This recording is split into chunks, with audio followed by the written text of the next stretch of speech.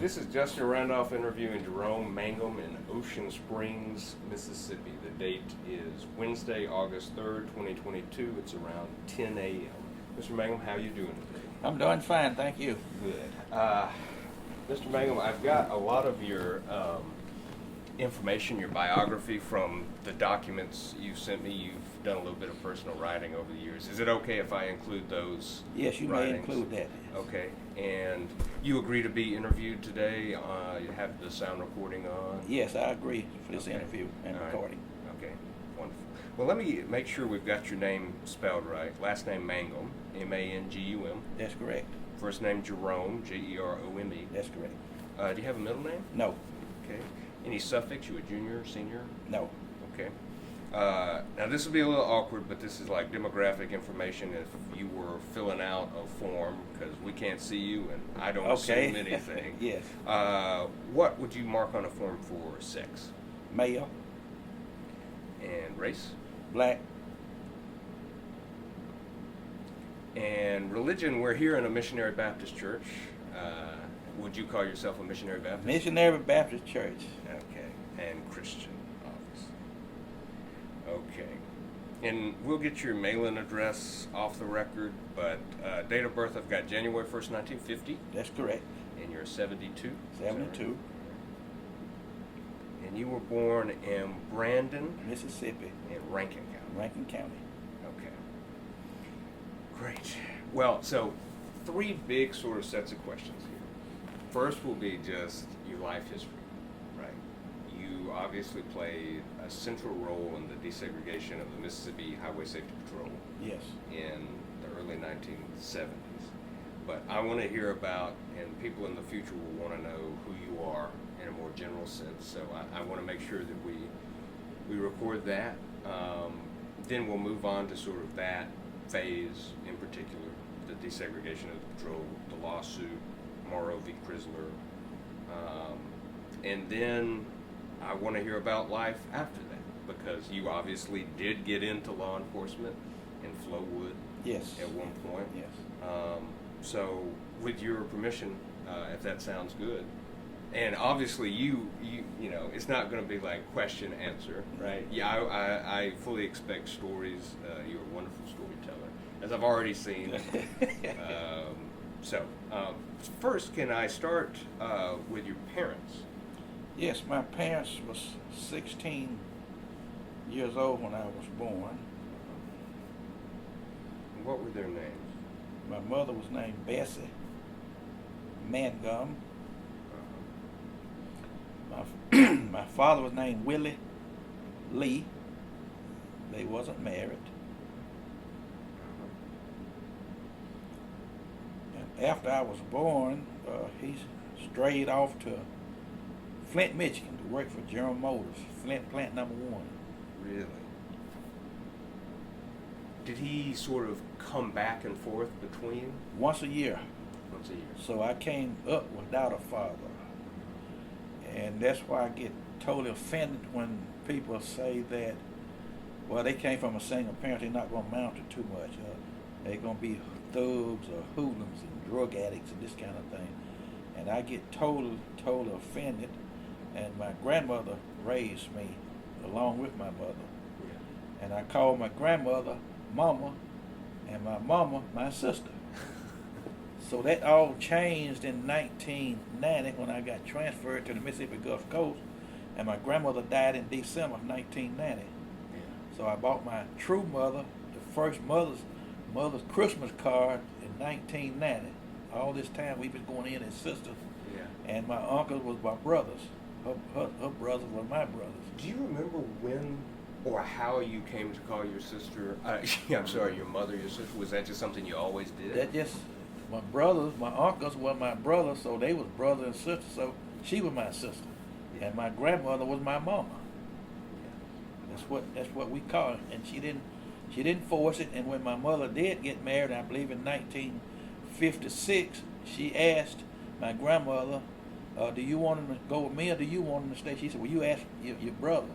My other brother, one single brother Yeah. at that time, and my grandmother said, "Well, that's whatever your mama wants to do or Bessie wants to do." So I decided to stay with my grandmother, my brother too. We want to stay here with you, Mama, which was our grandmother. Yeah. And the rest is history. So I went through high school, college with my grandmother, called her Mama, Yeah. and my mama was my sister. What was your maternal grandmother's name? Eleanor Lot Mangum Purvis. She was born a Lot. She married a Mangum.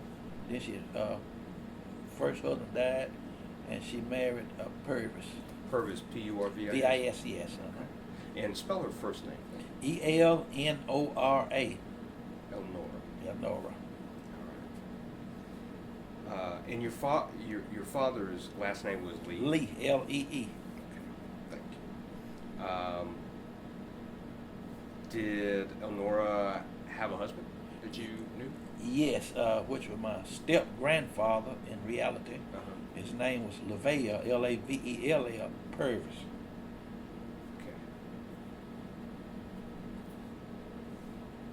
I read in your biography that you grew up farming. Did We was Elnora raised live on a farm? plantation. We was learning to pick cotton. We was very poor, and I would get beside my grandmother at that time they had flour sacks with 25 pounds, Uh-huh. and she would put a cotton bow on each end and take a string, a piece of cloth and tie it on a knot and put it around my shoulder, and I picked cotton right beside her. Yeah. And it was fun, I thought, at that time, being 4 years old. Uh-huh. Yeah. And after that, I learned about farming. And then after we moved off the plantation with my step-grandfather, he had 72 acres of land. I don't know how he obtained it, but I think that it was given to him by a white family. Mm-hmm. And we had to farm on that on our own plantation, our own farm. And believe it or not, that's where I learned to plow mules, did all kind of farming. Yeah. And I tell young kids now, I talk to them about a turning plow, miller buster, a scratcher, a one-row cotton planter, cultivator. They have the single idea what I'm talking about. I tell them about a plow to mule, Yeah. and they laughed. And I tell them G mean to the right and H mean to the left. Whoa means stop. Yeah. Yeah. It's amazing to me how you can still recall all of that. I mean, that must have been a part of your everyday life. It was, but I can't remember what happened yesterday. I'm not all happy, but I had this way. I remember stuff that I guess it's more stuff that's more significant to me than it's what we retain that we want to retain, and we forget what we want to forget. Yeah. Yeah. And it's different. It was different, right? Yeah. That was a very different way of living. It was different. We didn't have. We stayed about three-quarter of a mile off the main dirt road, and they refused to put us a road, so we would have to walk across muddy fields, a pasture up to the main road, or either ride in the mule wagon, or take the old tractor we had, and we get in the trailer and ride up to the main road. And we didn't have transportation, no vehicle, so we had to walk to church and had to pay something. I remember well that we were paying $1 to take us to Mendenhall, from Puckett to Mendenhall, and when I remember $2 my grandmother had to pay. I remember that, my grandfather. Wow. Yeah, I remember that very well. Okay, so let's start before you move to Mr. Purvis's land that he owns. You're working on a plantation with your grandmother. Graves it was Percy Grave and Hayes Graves. It was Graves, Graves, Graves family. Okay. In Mayton, they call it Mayton, Mississippi, but now it's considered being Puckett, P-U-C-K-E-T-T, Mississippi. Sure. I've seen the signs on the road. And right now they say, "Welcome to Puckett, home of 300 friendly folks and a few old sowheads." And I guess when we moved out, those sowheads left. They must have 300 friendly folks there now. I see. All right. All right. So, was your grandmother a sharecropper? Did she rent land? Yes. Well, he didn't rent the land, but we just stayed on the plantation, so we worked. And at that time, we didn't work on half. We just stayed in I'd never forget the old wooden shack. Yeah. And it's as I look back now, it wasn't a slave house, a slave quarter, but just a house on plantation at that time where they had built for black family to stay in. and work, and then you didn't have to pay no rent, but just stay and work on their plantation, Yeah. in their on their in their fields. Yeah. Yeah. Oh, the Graves family have a great big house. Yeah, they had a big house, Yeah. and they had a son. I only remember. I think they might have had another child. I remember Gibbs and Kathy, which was white, and we used to play together, and we didn't see color, but all we knew was Gibbs and Graves, and my name was Jerome. Yeah. And I used to go up to her house. Miss Fannie Merle and Miss Alberta was the mother, and I remember well that if I did something wrong, they would scold me. And I remember a couple of times I did something, and we did something. All three of us got spankings. Yeah. But it didn't make any difference about the race. It's just what you did. Yeah. And they come to my grandmother's house. It was vice versa. They had to obey the rules. Do you remember what you did to get a spanking that time? I think we were running through her house one time, and that was the thing. Old folks, you just didn't run through the house. Yeah. If they tell you to stop doing, I think we was at the table eating or something. We was playing with the food. Yeah. That was a no-no in the olden days, and I remember that very well. And there's some other things I just can't remember. Sure. What it was. Yeah. Do you remember when about you moved on to Granddad Purvis's? I believe, if my memory serves me correctly, I believe it was somewhere around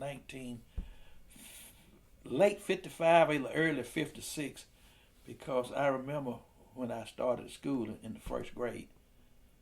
Okay, and that was in 55. That was in 56, really right along there, and I think we moved there just before I started school. I might have been in school, but the recollection can't take me that far back. Sure. Mm-hmm. Where was that? That was in Puckett, Mississippi. So that was just... So right up 3 miles, 4 miles from where we were staying. Okay.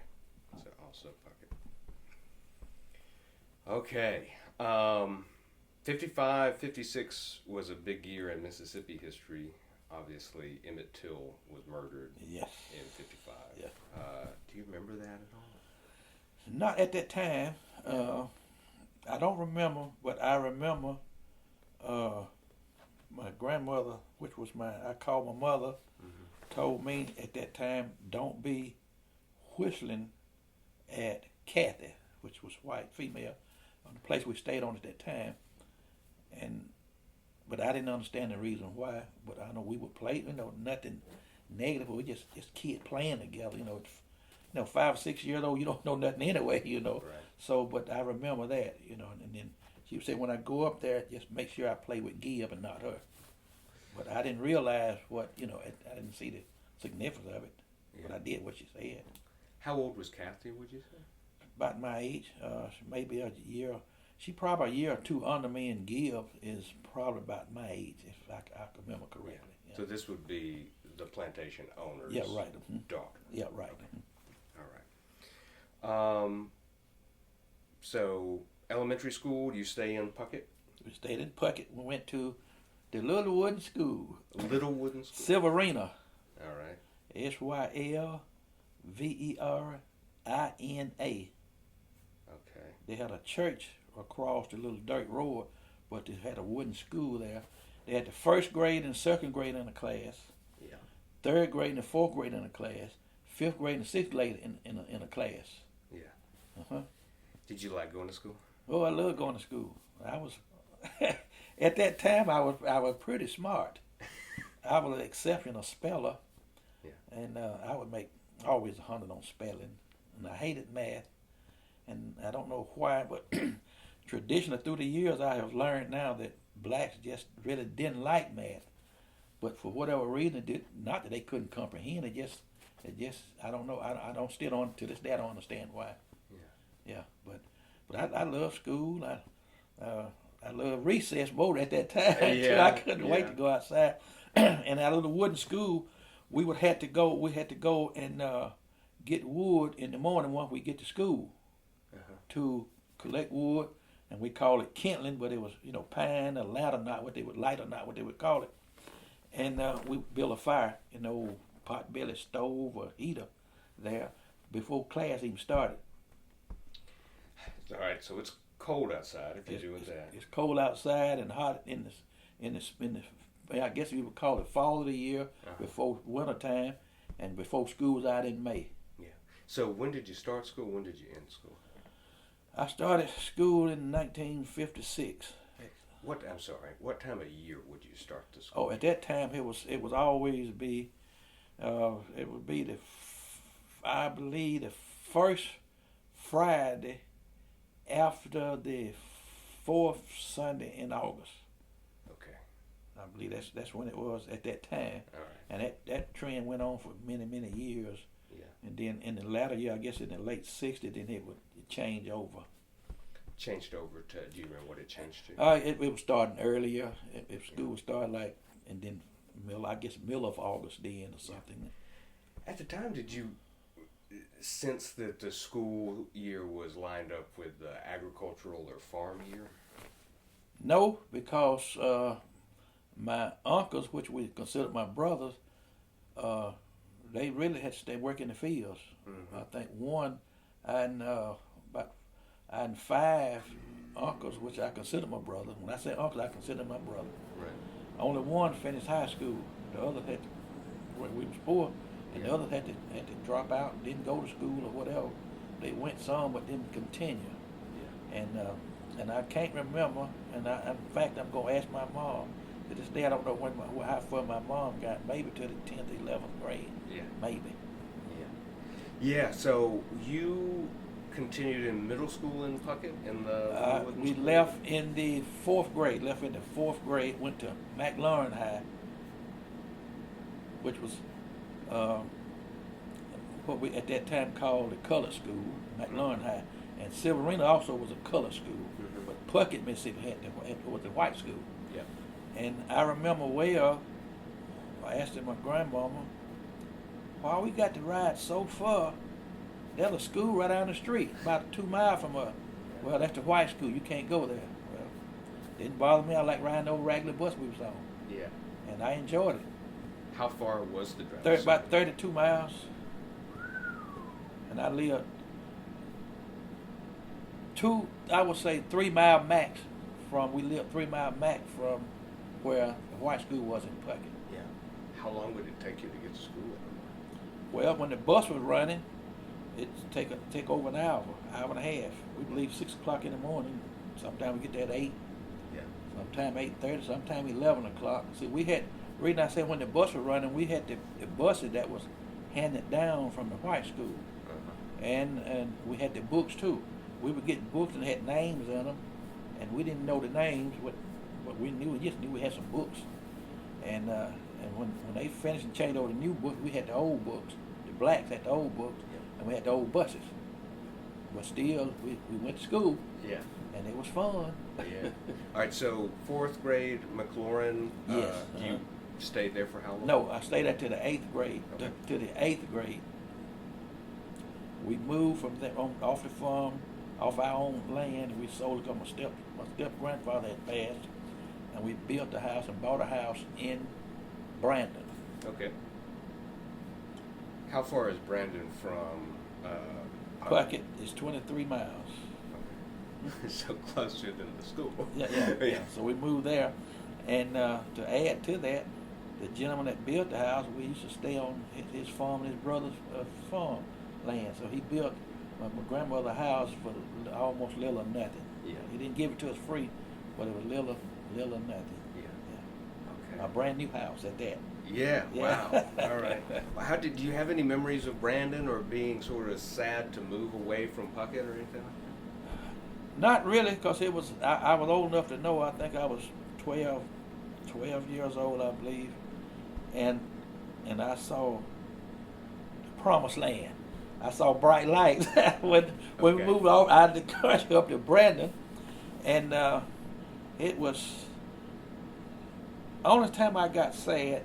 And that's on upper grade. I was 10th, 11th grade. I played baseball, and I was pretty good at baseball. And I had to go back and play McLaurin High. Some of my friends I went to school with, and really in my whole high school career, that's the toughest thing I ever faced.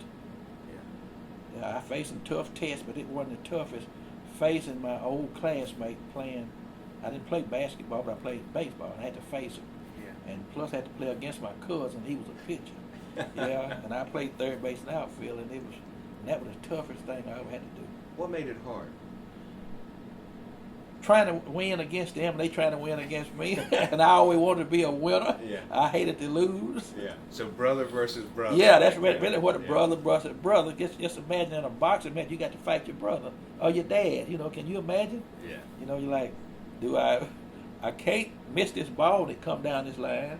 Yeah. And I can't throw it to first base, throw it out and throw it wild. So, you know, like, man, that was tough. Yeah. That was tough. So you played baseball. You Yeah. said you didn't play basketball. No, I didn't play basketball. I went out for football. One of the big boys that hit me when I came to, I got up and went up and pulled my stuff off, and I never went on the football field again because I couldn't hit him back. Yeah. And somebody hit me, I believe hitting him back. You know, I don't care if it's fighting with a bat or whatever. Yeah. But you can't do that when you when you're out there playing, you know, organized football in school. Yeah. And I went up for a pass. We were practicing, went up for a pass, and I was playing. I was fast too, wide receiver. At that time they called it end, split end. Uh-huh. And yep, I remember going up for the ball, and I remember waking up and they was around me putting water on me. Yeah. Gee, so knocked out cold. So that was the end of my football career. Yeah. I never played a game. We was in practice. Well, you mentioned like you know, meeting force with force. Yeah. Self-defense. Do you recall getting in fights in your youth? I always tried to break up fight. I wasn't afraid. I never was afraid of anything really. But remember when I was young, I was scared of. We still in this plantation. I was scared of dead cows. My brother used to dead cow, haunted bones. And I was scared of that. I was scared of lightning, and I'm scared of dogs. To this day, I'm scared of bad weather and dogs, but I'm not scared of man. Yeah. I can't beat these youngsters, but if I run across 3 or 4 of them, I would go to the end with them. Till I couldn't go no further, but Yeah. I'm not afraid of that. Just never been across my mind. Yeah. Yeah. Growing up in the country, did you have run-ins with dogs, like wild dogs or anything like that? Not wild dog, but in the country, everybody had a dog, and Yeah. you go to their house, that dog just make no difference what kind of dog it was. Yeah. He was going to growl, okay, Mhm. and he will bite. Yeah. Yeah. Yeah. Oh, all right. So we're in Brandon, 8th grade on. Not living on a farm anymore. Are you sort of past? Oh, we was promoted. We had my grandmother then had a big old garden back our house, Yeah. and I thought we done got out of farming, but she believed in you done your share of work, and we worked in the garden. But it was just in the morning, a couple of hours you would finish, Yeah, but that wasn't anything. And, I enjoyed it. I enjoyed the bright lights. Yeah. Yeah. Well, what kind of work were your mother and grandmother doing at this point? My mom worked my true mom worked at a restaurant in Jackson. I believe it was called Dennis, but not the Dennis that they got out now. It was a high class restaurant. I don't know. I don't know if she was a cook or dishwasher. Okay. But she worked at that restaurant, and after that she worked some other place, but I can't remember. And when my mom retired, she worked at a plant in university plant in Mendenhall, Uh-huh. between Mendenhall and McGee. That's an electronics plant. Uh-huh. Yeah. Yep. She worked many years there. Yeah. Yeah. If I'm not mistaken, I don't know if you know Ms. Lula Ward. Yeah. She was one of the first black women state troopers. Yeah. I believe her mother worked at that Okay. plant as well. What a coincidence. Yeah. I mean, it Steve McNair's mother worked there too. Yeah. Well, he got kid as a professional football player. Okay, I didn't know that. Yeah, his mother worked there, and my mom worked right beside her. Oh, I told Ms. Ward this. My grandmother worked at a Universal plant up in Columbus, Uh-huh. actually, as Yeah. well. So Yeah. it was the only game in town, it seemed. Yeah, Steve McNair's mother lived in a trailer Uh-huh. before he became famous, and now he put her in a mansion Yeah. in Mount Olive. Yeah. Okay. Wow. Okay, so take me into high school. Anything? High school. I wanted to. I really didn't have an interest in. I never had a dad throw me a baseball, okay? Mm-hmm. But I didn't hold that against him. My grandmother taught us, my other brother, that that's your dad. You wouldn't have been here if it hadn't been for him. And these days now, you know, the parents teach the kids that deadbeat dad, no good dad, and all this stuff. But anyway, he would come home across the summer. He worked at Flint plant number one in Jerome in Flint, Michigan, and they changed over the molds for the next year vehicle. So he would come home. Every year he would come home. My grandmother would bake him a cake to take back. So she taught her he would always stop by to see me. Mm. And after that, July every year, I didn't see him no more till the next year. So I never had to call anybody dad. Mm-hmm. Okay. And but anyway, back to this. I said, man, I ought to go out and try for baseball. I was good at hitting rocks up in the country. We throw them rocks up and hit them with a little stick. I was good. You had to see it, see the ball. I always heard, see the ball off the bat. Mm-hmm. Like, how can you see a ball off a bat? Yeah. So I goes up and throw rocks. When we stayed in the country before we moved to Brandon, I used to go out and get a broom handle. There's some rocks. And we had to see there's a rock. I had a rocky hill. I would throw rocks up and I watch it, hit it with my broom. Yeah. I got good. I said I ought to go out for baseball when I got I think the 11th grade. I said I know I could hit that ball, but I don't know if I could catch it.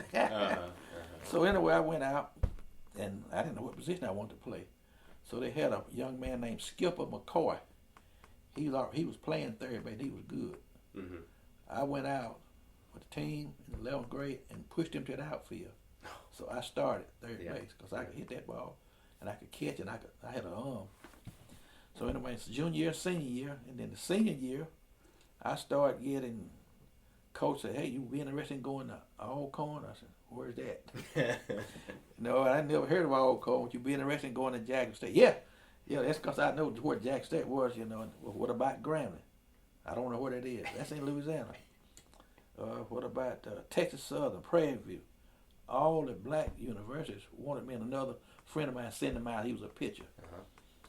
And I said, man, I ain't interested in going. I want to go to college, but we ain't got no money. No, you don't have to pay to go. How am I going to get in college free? You know, I haven't heard about you got to pay that. So I had planned on probably going to the Air Force to be a pilot. Mm-hmm. Mm-hmm. And I'll get to that story in a minute after I get out of high school. Okay. So I talked to the coach from Jackson State because that was right close. That was 12, 15 miles from home. Yeah. I'd never been out of the state of Mississippi at 18 years old. Yeah. You know, and I was scared to be going away from home. I didn't know anybody. Yep. And so anyway, I signed scholarship with Jackson State. And I played baseball at Jackson State. And never shall forget when we went to play Grambling. I can't remember if Interstate 20 was there or not, but anyway, I know we went through Vicksburg. Mm-hmm. We go across this long bridge, and we read about in history about the Mississippi River. And we crossed I was looking for something beautiful, you know, and pretty water and all this stuff. I know about the Atlantic and Pacific Ocean and the beaches in Florida and all this kind of stuff. It was beautiful, blue water. And I'm going over this river, muddy water. Like, what in the world? This the Mississippi River? Man, I was so glad to see the Mississippi. I never seen a river. Uh-huh. And we used to call it a creek, a little in the country, a little creek, you know. Yeah. And this huge body of water, yeah. I thought. Yeah. And we was going across the Mississippi River. They had to slow down. The bus had the big we call them the West Coast mirrors, mm-hmm. and an 18-wheeler coming. You had to stop. The bus had to stop and pull his mirror in. 18-wheeler had to pull their mirrors in so they can go across. Yeah. And I got scared of that, you know. Yeah. Yeah. And but that's what. First time I've been out of Mississippi, I thought I called my grandmother and told. I think the phone call was a nickel or something. Then I called her and told her, "Hey, I'm in another state. I'm in Louisiana." Then next place we went to Texas. We played Prairie View, Texas Southern, and I think at that time they had a black. I don't know if it still exists. Wiley College in Marshall, Texas, I believe. Okay. I remember that we played them, and man, I was so excited to get out of Mississippi, but so when I got back across that river bridge, I was glad to be back there. When they said Vicksburg, Mississippi, I was glad, yeah. Yeah. And but back to my story, but I never had a father figure in my life. Mm-hmm. Never. I had a step grandfather, but he wasn't learning. He was more of a farmer, but he couldn't help me with my schoolwork. Yeah. And I had to do my homework and stuff by candlelight, kerosene lamps. Mm-hmm. So our first electricity was, I believe, in 1960. I believe somewhere around about 1962. Okay. That before we even moved to Brandon, but that's the first time I seen electric lights, and we had the old outhouse and that kind of stuff, you know. Mm-hmm. No run. Had to go out and draw water out of the well. Mm-hmm. That's how I came up. That's how I appreciate stuff now, and that's why all these beautiful homes, and I live in a nice home, not Bolton, but live in a nice home, nice, beautiful, nice subdivision. Stuff like that don't turn me on because I know where I've been. Yeah. And I want to maintain it because I don't want to go back where I've been in that aspect of it. Yeah. Yeah, and then I went to college. Yeah. Well, tell me. I mean, so you played baseball Yeah. throughout. Did you play baseball throughout college? Yeah, and played. We call it semi-pro across the summer Mm-hmm. from a league. You know, in the fields, in the cotton Yeah. fields, in the cornfield. In the Yeah. summertime, they dished it up. You know, we played. That's what we played at. Yeah. And I was good. I tried out for the St. Louis Cardinals, and I'm trying to. I can't remember. It's the St. Louis Cardinals. I remember then maybe the Baltimore Orioles or something. Yeah. Did you want to be a pro player? Not really. Yeah. No, I just want to make plenty of money. Yeah. And I'll give you that story in a little while Yeah. too. But that's just no. I had my aspiration was to when I was in high school. Or you keep when we talk about high school if you don't mind. Yeah. Okay. When I was in high school, I have always watched movies. Had old black and white TV, and I never get the B-52 bombers dropping bombs. You see the old army movies and stuff, you know, and movies. And I had a BB gun. The airplane would fly over. Pow! I would shoot him. Up, I hit him. I shot that airplane. You know, airplane 32,000 feet in the air. You know, Yeah. a BB gun. It was over 20 yards. You know, and that's what I said. Man, I want to fly the airplane. In my mind, when I was a senior in high school, I was going to go to the Air Force, but I thought everybody flew in the Air Force flew airplane. That's what I thought. And what changed my whole mind about the whole military aspect, had two friends that was in high school, and I went to a funeral. They went to Vietnam, Mm-hmm. and they had a double funeral, and I'm waiting. Every funeral I've been to, you open the casket and walk around, you know, and view the body. I'm waiting for them to open the casket, and they say ain't nothing in there. I said, "What you mean nothing in the casket? After he dead?" No, dog tag. So they got blown up. I was like, "Oh my God, I don't want no parts of that."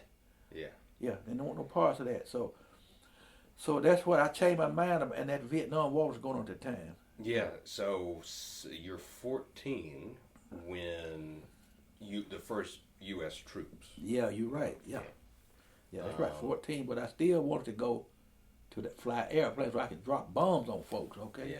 Yeah. Because everybody went to Air Force, flew airplane. What I thought that's Air Force. Yeah. So you flew airplane. Yeah. And when I got to be, I guess I must have been 17 or 18 then, when I encountered that. So, Yeah. That did it. That did it. That did it for me. I didn't want no parts of nothing.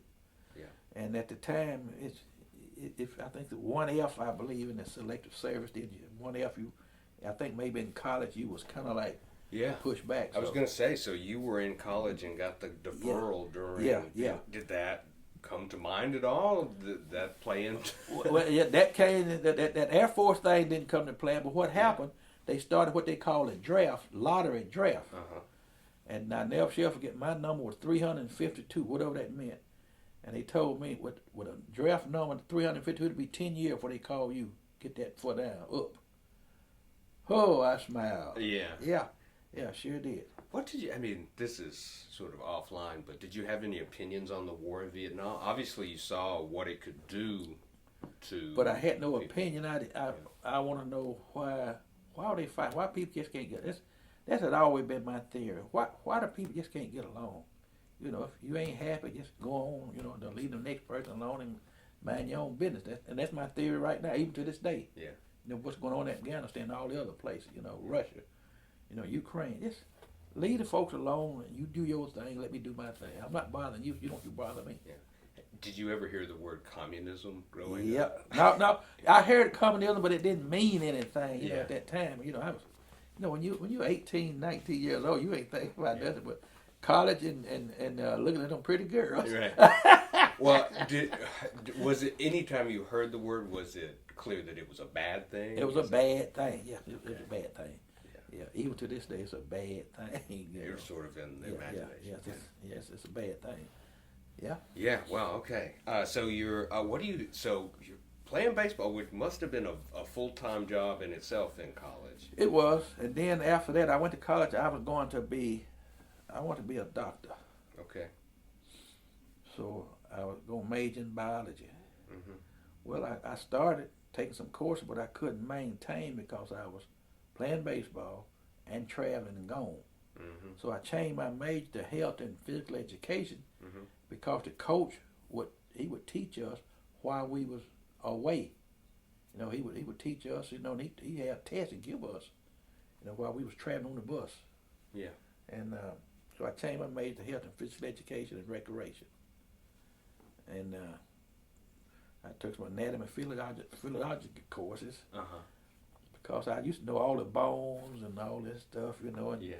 I still remember, you know, the phalanges and your what that calcaneus and the Yeah. sternum, and, you know, for that's your chest, you know, and your fingers Yeah. and your heels, you know. Now, but I studied that because I had high aspiration to be a doctor after I couldn't fly nowhere. What made you want to be a doctor?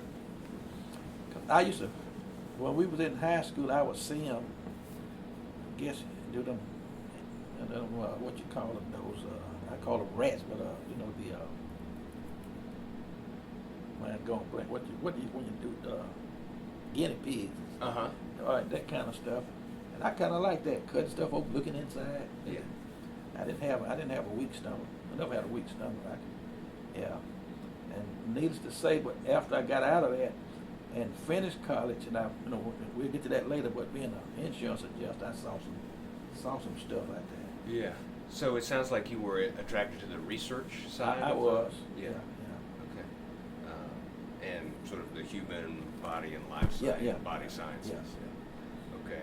So halfway through Jackson State is the lawsuit, right? That's the lawsuit. Yeah. And I had a friend, his name was Jimmy Harvey. He was a friend of my brother, which was my uncle. He was a friend of my uncle Jimmy Harvey. That was him and his wife, Constance Slaughter Harvey. And I had a friend named Willie Morrow. Who was also at Jackson State? He did not go to Jackson He State. did not, No. okay. He was in the military, but when he came out, I knew him from high school. He was a year older than me. Okay. But we just got to be kind of like just knew him, and he was just a fun-filled guy. You know, and that's what I like. You know, somebody laughing and happy all the time, being crazy like me. You know, and he wasn't that serious about like me. He wasn't serious. What come, what may. You know, and I'm happy with it. Yeah. And anyway, he called me one day and said, "Jerome, you want a job with the Highway Patrol?" I said, "Man, I'm in school." Like the story I told him. I said, "I'm in college. I can't quit college." He said, "No, they'll have a job. Hold the hell over for you when you get out of college, man. You make money." I said, "Yeah." I said, "I wonder how much they make." He said, "I don't know. But anyway, you have a job." He said, "I went and applied day before yesterday." I said, "You did?" He said, "Yeah." I said, "Done what?" He said, "Highway Patrol." I said, "What?" I said, "Man, are you losing your mind? A highway patrol job?" I said, "No way. No way." I said, "You ain't finna get me out there, man. I'm gonna kill you." And Jimmy Harvey called. "Jerome Willie got a job. You want one? They'll hold it for you." I said, "I don't know, man. What I have to do? Being in college in the South, boy, I didn't have a job. Never seen money like what they talking about. That's a big job, I thought plenty of money." And he said, "If you go out to the Highway Patrol, just get an application, let them fill it out, and they'll hire you and they'll hold it. You be one of the first black that ever applied. I think I'd do that. I'd take some of that action. Went out there and come to find out, what I thought Jimmy Harvey's wife, the one that was an attorney, sent me out there, but she only worked for the lawyer's office for civil rights under the law. And all these years, I really thought she the one, when I found out that they lied to me, and I was really, really upset with her. And I didn't have no respect for attorneys. I said all attorneys do is lie. Yeah. And then I jeopardized my life out there going to these folks, and they wouldn't give me no application. Then when I went back and found out that Willie hadn't been hired no highway patrol, and it was a big joke to them, but there ain't no joke to me because I was scared, man. Yeah. I'm serious. I was scared. You black and 18, 19, 20, 21, 20 years old, and here you know what the situation was with the highway patrol. Mm-hmm. And all of a sudden, there's a dude I goes out there, and this dude, man, he must have been 6'6", about 295, 300 pounds. And I had to follow him, and I'm looking up at him, and I goes in there to get me an application. Yeah. And I would refuse the application. They were real nice about it. And we're not hiring right now. We're not giving out any application. And legislature had not appropriated any money for the next year. There's probably a couple years, come back a couple years, and we'll be glad to consider you. I said, okay, thank you. But I was scared.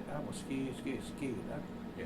Well, let's slow that down. So which office did you go into? Went to the highway patrol office on Interstate 55, main headquarters at that time. On Woodrow Wilson.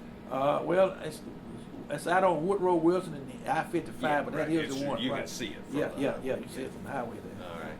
So you walk in the front lobby. I walk in the front lobby like I own the place. Okay. Do you see any people of color when you're there? The only thing I saw black was a black chair sitting in out there. What I sat in to wait till these guys come to get me. Yeah. But How long did you wait? 5, 10 minutes. So About 5 minutes. they didn't keep No, you they waiting. didn't keep me waiting the whole day. They wanted to get me in and get me out. Looking back, that's what they wanted to do, get me in. When I walked in, I asked the young lady, I said, my name is Jerome Mangum. I want to apply for a job with the Highway Patrol. And she said, hold on just a minute. And she gets on the phone, and 2 or 3, 4 minutes later, here comes this big guy to get me. Yeah. And I realized I done messed up. When I'm walking behind this guy, and they closed the door. It's like closing a jail cell. I never been in a jail, but I done heard them sound because I work with the police. I work with a police department, and I got scared. Yeah. Okay, so big guy, and he's got a gun on, right? Yeah, he got a gun on. Yeah. Yeah, what am I gonna do? And I always heard about Highway Patrol, beat black folk with guns and flashlights, blackjack, billy club, this kind of stuff. Yeah. And I know I couldn't whip this big guy, but I was in shape, and I was playing baseball, and I know I could run. And I walked in, facing like position in here. There's a big staple. There's a big staple over there. One of them old swing line or whatever you call them, old-fashioned staples. I said, oh, Lord have mercy. I said, what if they get me up in here? I said, I'm going to hit that and sit down because he can't get up fast enough. And I looked at that with that glass windows out there. I said, I'm jumping out that window, I'm going to run. That's what I'm going to run like hell. Yeah. That's what I said. So you had sort of an exit strategy. I had an exit that strategy. evolved as you got deeper into the because highway. I knew the reputation, but I didn't know what was going to happen. But I felt good when I first went there, because Willie done got the job. They done convinced me that he got a job. Yeah. He was out and he was gonna get started, but I had to wait 2 years to get out. Yeah. And lo and behold, I've never been tricked so bad. Well, I mean, Mr. Matt, so this was news to me. I've known you now for about 5 days, and this has been news to me because I always assumed you were sort of a fully conscious and willful participant in this, but that's not what you're saying. No, and the reason being is because I really wasn't interested, because I was in college. I got to finish college. I got a scholarship. Nobody in my family passed the 12th grade. Mm-hmm. Okay, that's all for they got, 12th grade. Yeah. And I'm the first one in my family, uncles, cousins, that I could go recollect back that far back. And I had a mission. I wanted to go to college and make me plenty of money. because I didn't want to be back on the farm. I didn't want to be live poor. Once you get a job, you can make some money. You can live happy. Yeah. You know, plenty of money in Mississippi. You know, at that time I thought, and it really didn't dawn on me because I guess it would been more important if I was interested. But when I went, I just went because Willie had a job, and I said, well, hey, I'm gonna have a job when I get out of college, and that's what I thought. Yeah. They didn't have no job waiting for no black man nowhere at that time. Yeah. Mississippi Highway Patrol. So but you think that Jimmy Harvey and Willie Morrow both knew? Yeah, they knew. And Yeah. do you think, this is asking you to speculate, they may have told you after, do you think they did it this way because they knew neither you nor anybody else would do it either otherwise? I have always thought, and then I did ask them. I said, man, why did y'all trick me? This we couldn't find out. It's crazy enough to go. Yeah. Well, all right. Well, let's talk about, the reputation of the Highway Patrol at this time, as you knew it. And you can fold this into just law enforcement generally. Okay. But, what, as you're 20? 20, 18, 19, 20 years old. When you're going to get the application and you're turned down. Yeah. What did the police mean to you at that time? Seriously, at that time, I don't even know why I wanted to be even going out there. And they tricked me into going. To this day, I still don't know why I wanted, because I didn't have no interest in law enforcement. Because I knew law enforcement was a white organization. I knew at that time that law enforcement was bad. The reason I knew it was bad, you hear the black community talking about he got stopped, he got beat down. Police stopped and gave him a ticket for no reason, And I just saw they just talking, they did it for nothing. But come to find out that was true. And you pass by, it's at night someplace, and you would see. I believe at that time they were driving them old Chrysler or Dodge Furies with the long antennas on the back, and had that big sign on the door, and the polices, and city polices, and sheriff's office. You would see them at burning crosses, but burning crosses, just burning. At that time, I thought didn't mean nothing to me when I was a kid. Just burning. Yeah.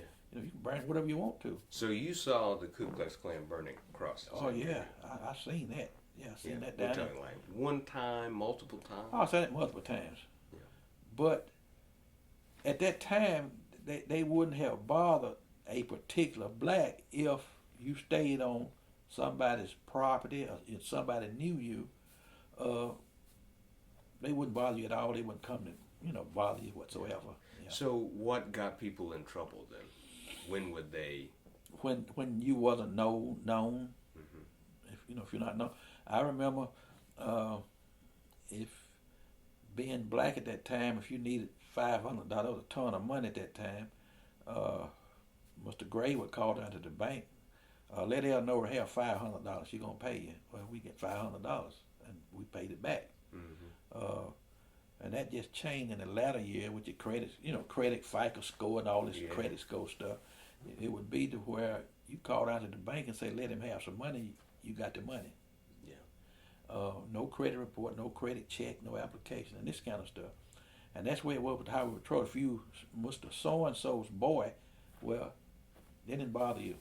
Yeah. And we was well known. We well known now. Mangum is Brandon. And at that time we was well known because we stayed on the Mr. Hayes and Percy Gray's property, and they owned a bunch of stuff, okay? So when nobody go back, no Mangums at that time, okay? Yeah. And other blacks too in that area, okay? Yeah. Did you have any personal interactions with the police before 1970?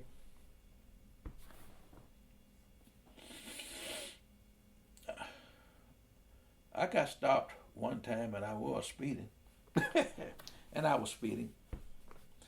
And he said, boy, where the hell you going so fast? I said, sir, I didn't know I was driving that fast. I really weren't paying attention. You better pay attention from now on. I said, yes, sir. But I don't think they gave me a ticket that time. I just wanted to stop. At that time you see who you are. and see if you're gonna get smart. If you got smart, it was over. Okay, yes sir, no sir, or whatever. Okay, and tell the truth, and it better sound like the truth too. I never shall forget when I was in college.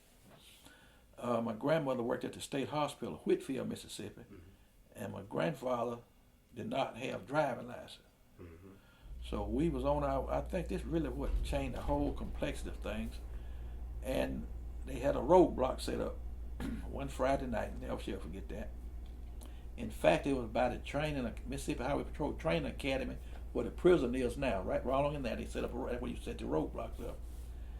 And they walked. And the state trooper, never shall forget, this white state trooper walked up, "See your license," and he said, and he didn't have the knowledge and stuff, education. "Captain, I don't have any."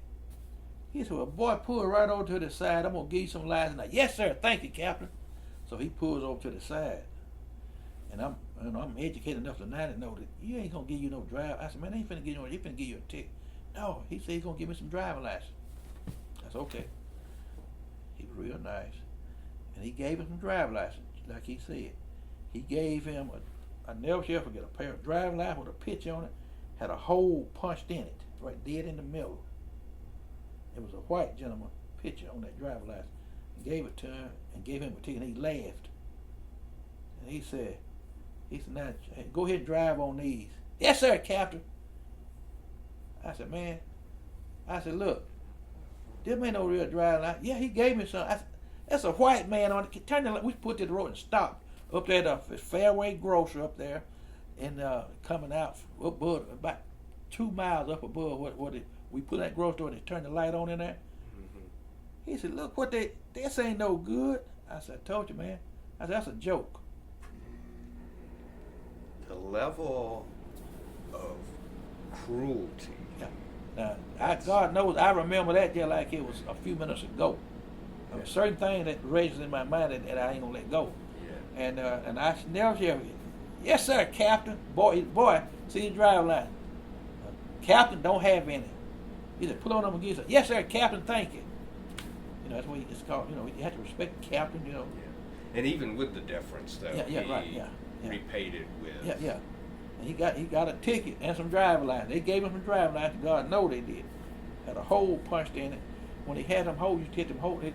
It be suspended lights. They no good, expired or something. They take them and hold them. Is it so part of this cruel joke that you're laying out? It seems to me would be, and tell me if you agree with this, that if he tried to use that driver's license, it probably would have gotten him into even more going trouble. to jail. He just didn't know. Right. Yeah, he didn't know. Just God knows, had a white gentleman on there, had a hole punch, right, a little hole, like a little single hole puncher, right in the center of that driving license. Wow.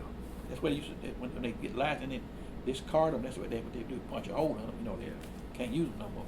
Yeah, right. Yeah, and if I hadn't been with him, he probably would have put in park and thought he had some driving license. To be honest, really. And that really, I think that really hurt me that they made a fool out of him. And I'm sitting up in there, but I couldn't say nothing because I know if I'd have said something, I know what was going to happen. So I knew my place. Okay, my place sat there and be quiet. You know about what year that would have been, or how old you were? I was in college because I'd come home, and I didn't at that time. I didn't have a drive license either. I was driving, didn't have no drive license. Okay. Yeah.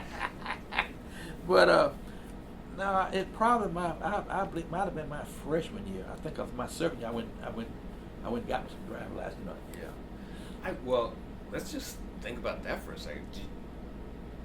I guess I could put it this way: why didn't you have a driver's license? Well, couldn't afford a car. Didn't have a job to buy a car. My uncle had a car, and he would let my grandfather drive it, sort of like a family car. Yeah. And I knew how to drive, but I just weren't interested because I was in college. I couldn't take a car on campus my freshman year anyway. Yeah. Okay, so I had no need. Yeah. My brother, with my uncle, he would let Eddie B. Mel. We'd go see the little girls, and he had some license. He always drive a car. Okay. All right. But it was your grandfather. Yeah, right? my step-grandfather. Step-grandfather who got the ticket this time. Yeah. Any idea why? Would you say the same reason why he didn't have one?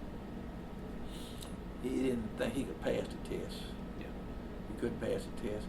But knowing somebody, he finally got some license. Yeah. Well, part of why I asked too is to get a license, you had to go to the Highway Patrol headquarters. But at that time, you go up. They had a little office in the courthouse in Brandon. Okay. That's where you go and you do your drive. That's why I got mine there. Yeah. I went up there and got my driver license book. I went up there one morning. I walked to Brandon, got me a book, came back and studied. Went up there the next day, and I think I made 98 or something on the test. Uh-huh. Yeah, it was nothing, you know. Yeah. And I think the question I missed was I couldn't remember when passing at an intersection. When you're passing so many, I think it might have been 150 feet. I think I put 250 to 300 feet or something. Yeah. You know, you had, at that time you had to.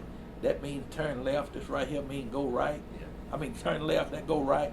And I think straight out mean no, down here means slow down. Right. You had to do the sign when you went up there. I passed all this stuff. That's funny. Yeah, it was nothing, you know. All right, Yeah. so you've got this ambivalent relationship to law enforcement. Uh-huh. Certainly don't really see yourself as being one. See it as a potential job Yeah, yeah. on the other side of college, Yeah. which is not guaranteed to Oh, right, anybody. yeah. What happens? How does the lawsuit proceed? After that, I went back down, and when they Connie Slaughter, Attorney Slaughter, and the Civil Rights, they had a couple of white gentlemen worked in the office, and they told them, say, we want you to call up to the Highway Patrol Station and ask them what do you need to do. You know, obviously, 99% of the time, you can tell a black voice from a white voice, most time. Now, I have one of them voices that you can't tell because I used to work for a claimant, but I would call, and I would hear some stuff on the phone and this kind of stuff. But we'll get in that if you want to later Okay, on. all But right, anyway, yeah, sure. so he calls up there, and they said, well, we'll mail it to you. He didn't come by. He said, can I just come in peace? Yeah. So he goes up to the station where Willie Morrow and I had been. Mm-hmm. He goes up there, and they gave him a stack. And he brought him back about that thick, I guess. So it must have been, I'm just going to say 20 applications.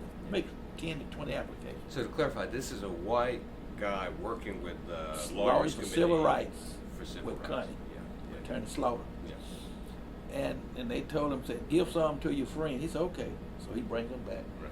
And that's when his Connie said, oh, we got him now. I never forget. I was down there. We got him now, you know. And that's where then we decided to file. Yeah.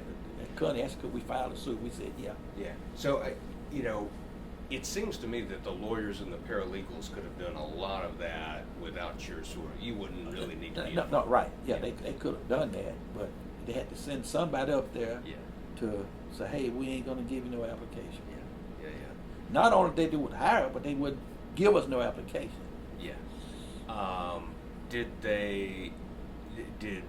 Connie's office interview you for an affidavit or anything like that you recall? I can't recall. Okay. Yeah, I can't recall. But I will say that they called us back to they gave us an application in the process of all this stuff going on. They wanted to, be the good old boys.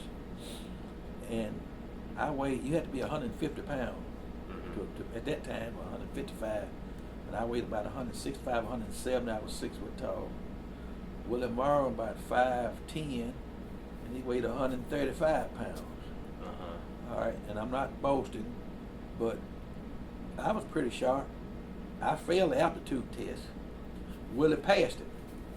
Yeah. So I couldn't get the job because I was at the right weight and right side.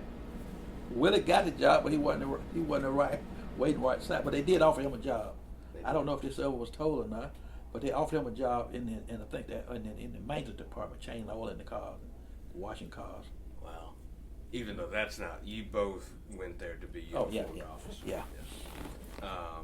Did you ever see the aptitude test scored? Any sort of, did they ever turn it over to you and say, this is what you got wrong? No. But I talked to Attorney Slaughter, and she told me later on they did in discovery. They found out that I did pass the test and Willie didn't. But he was hired and I wasn't. He was approved, to be hired. Yeah. Yeah. Yeah, I mean, that's the kind of thing that just blows my mind, right? They were caught in a blatant lie, Yeah. right, with something like that. Yeah. And they sort of controlled the show. Yeah. So They they control the get show. to say that Yeah. you failed. And during all that time, all this court was being a suit was being appealed, and that's when they went out and they gave, then they black, they told, come on in, y'all come on, get an application, and we hiring blacks now. Yeah. And Younger, Crosby, and R. William. That's when the first three. That's when they hired them. Yeah. And that was in 1972. Two. Yeah, right. 2 years later. So the lawsuit is filed in 70. Yeah. And do you remember the first court date? I think you said that you ever had to show up was like 1972. Two somewhere along Yeah. there, but it was in Biloxi. Judge Walter L. Nixon was the judge. Yeah. And he was old. So and so. Yeah, okay. All right. Yeah, he had a reputation. He was one of the boys. Okay, so we'll Yeah. leave it there. And you will see, and I remember that in his ruling, he did say that there was some discrimination. Mhm. There was some. And Connie asked us what did we want to do. We said, take it further, appeal it. It didn't cost us anything, so she appealed it. This whole case didn't cost us anything. Just I think maybe a trip to New Orleans and in Biloxi, you know. Yeah. And we appealed it. In the meantime, while we was appealing it, it went to the Fifth Circuit Court of Appeal in New Orleans, Louisiana. Mm-hmm. And man, I was riding high then. Boy, look, I like this. Yeah. And that's when I really realized, man, this thing is really important now. You know, it wasn't just going out doing something, and that's why it really sunk in that, you know, hey, this gonna open up some doors now. It had already opened up doors because they had hired 3 already. Mm-hmm. Yeah. And I hadn't even met them. I think I saw Young, but I didn't know R.O. Williams from none of them guys, you know. Yeah. And they didn't know me. Yeah. Yeah. Okay. And, you know, I read somewhere that on the way to Biloxi, somebody was pulled over by a highway patrolman. Do you remember that story? It could have been Willie Morrow. It wasn't me. Okay. Yeah, because we came down here. We were running late, and we was cruising down I-49 about 80 or 90 miles an hour. That's, I think, what I've heard. That might be what you heard, but we didn't get pulled over. Yeah. But we should have. Okay. Looking back, we should have. Yeah. All right. Yeah. All right. So you finish up at Jackson State Yes. before the case is finished. Yeah, right.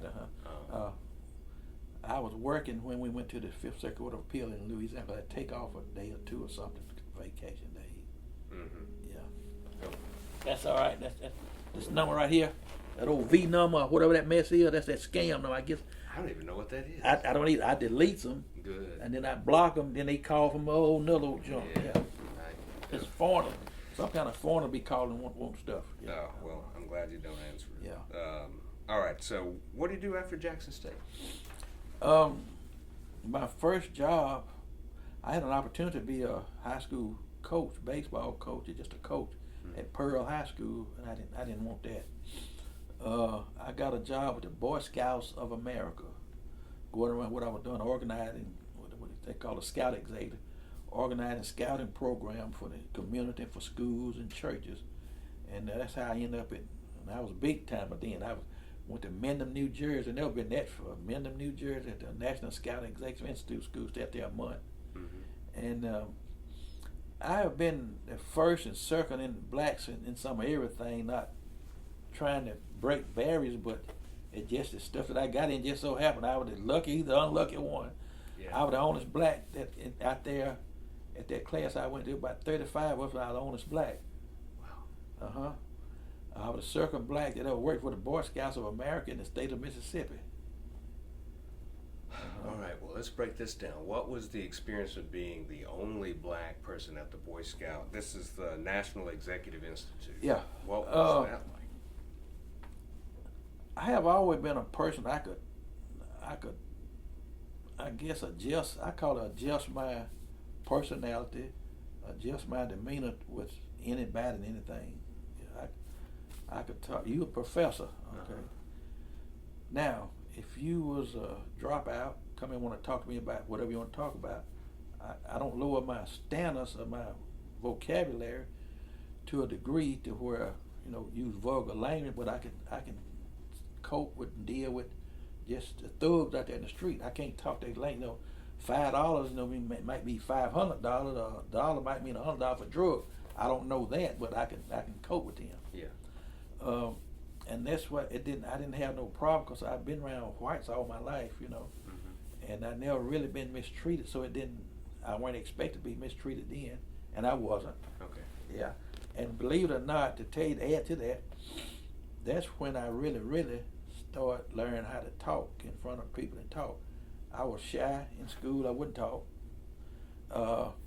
This Boy Scout thing, that really what triggered that. But with the lawsuit, I was called up and I was not nervous, but I was a direct. Whatever they asked, that's all I say. Yeah. I wouldn't give you no extra.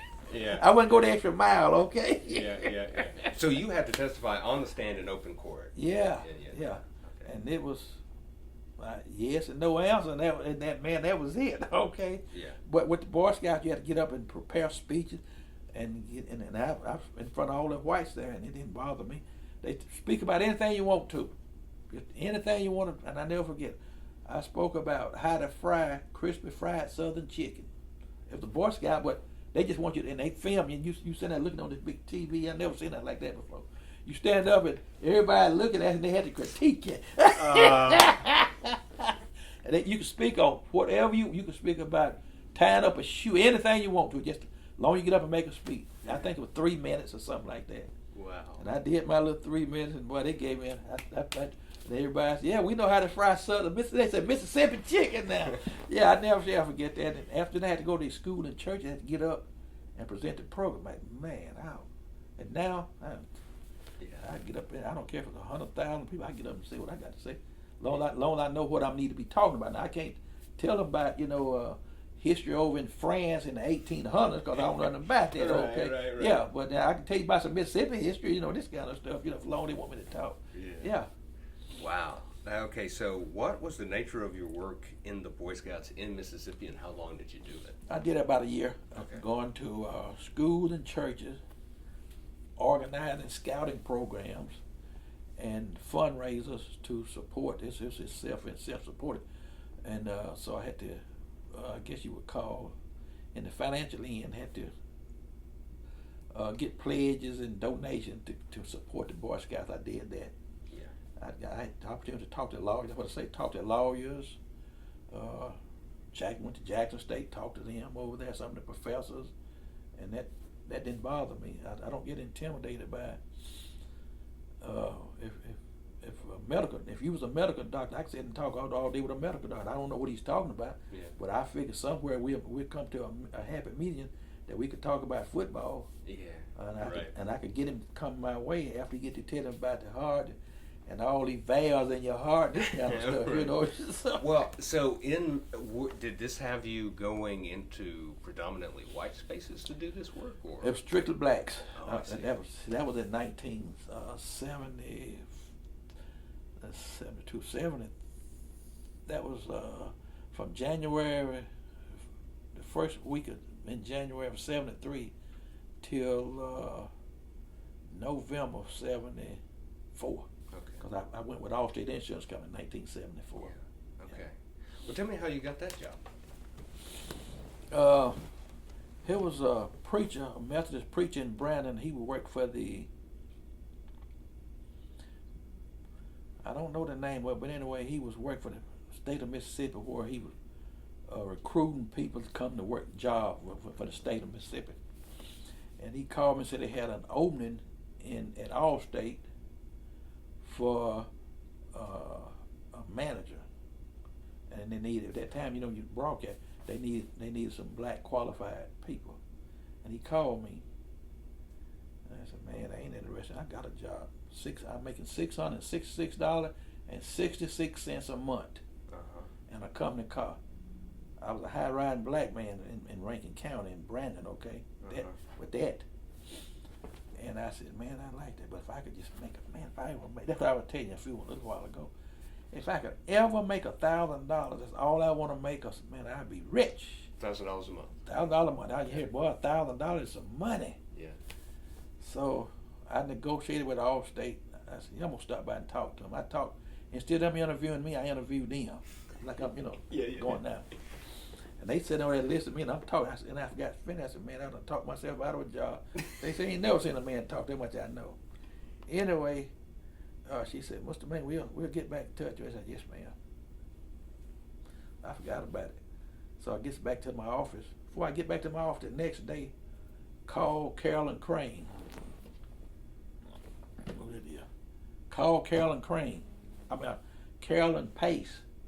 I said, who is Carolyn Pace? I don't know who they is. That's all they would. They wouldn't leave because, you know, you ain't going to leave Allstate Insurance Company. Yeah. I didn't call them. That thing went on about 2 weeks. That woman called me every other day. Called Whoa. secretary. Leave me a message. Call Carolyn Pace. So I called, let me see what in the world. I called Carolyn Pace. They answered. Allstate Insurance Company. Oh, no. I done missed all these calls. So I called her back and I told her a lie. I said, I've been out of state. I've been out of state for 2 weeks. Yeah. She said, Mr. Man, would you be interested in coming to work for us? I said, yes, ma'am. Y'all paying $1,000 a month? She said, no, Mr. Man, we don't. I said, tell you what, when could you come by? I said, right now. I went straight out there. And they said, Mr. Mangum, we don't pay our managers been here that much. It happened in November 74. And I said, well, what would y'all pay me? You know, I was negotiating. I said, what would y'all pay? Would you pay me $900? He said, no, Mr. Man, we'll tell you what we'll do. I said, the maximum we could do, they had a scale, you know. The maximum we could do is pay you $800. And you got here and do a good job and work, you'll be making $1,000 in no time. I said, okay. So I started with them. I started out as a manager trainee, then I was a manager. Mm-hmm. And at that time, they was giving raises every 6 months. Man, they were giving, I think, 10%, 12% if you did a good job. I was doing a good job, so I got the maximum they can get. So when I got to, I guess it took me a year and a half, 2 years to get that $1,000. Yeah.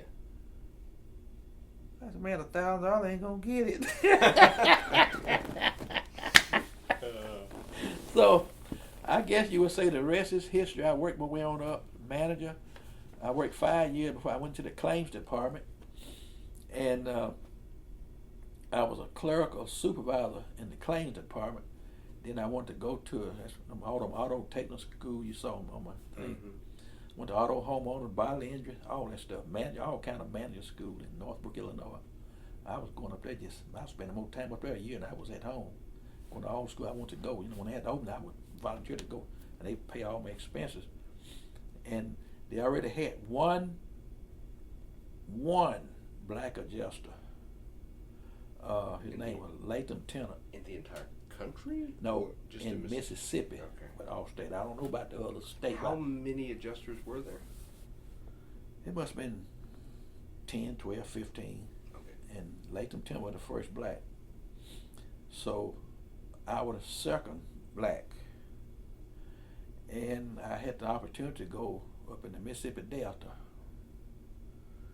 So I goes up there, and I went to this body shop, England Motor Company.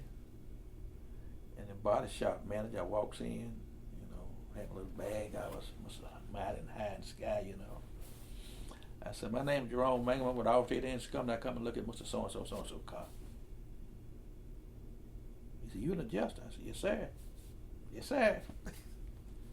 He said, look, I don't let niggas in this shop here. We ain't never seen no nigga adjuster. I said, yes, sir. You looking at one now? I thought he was kidding.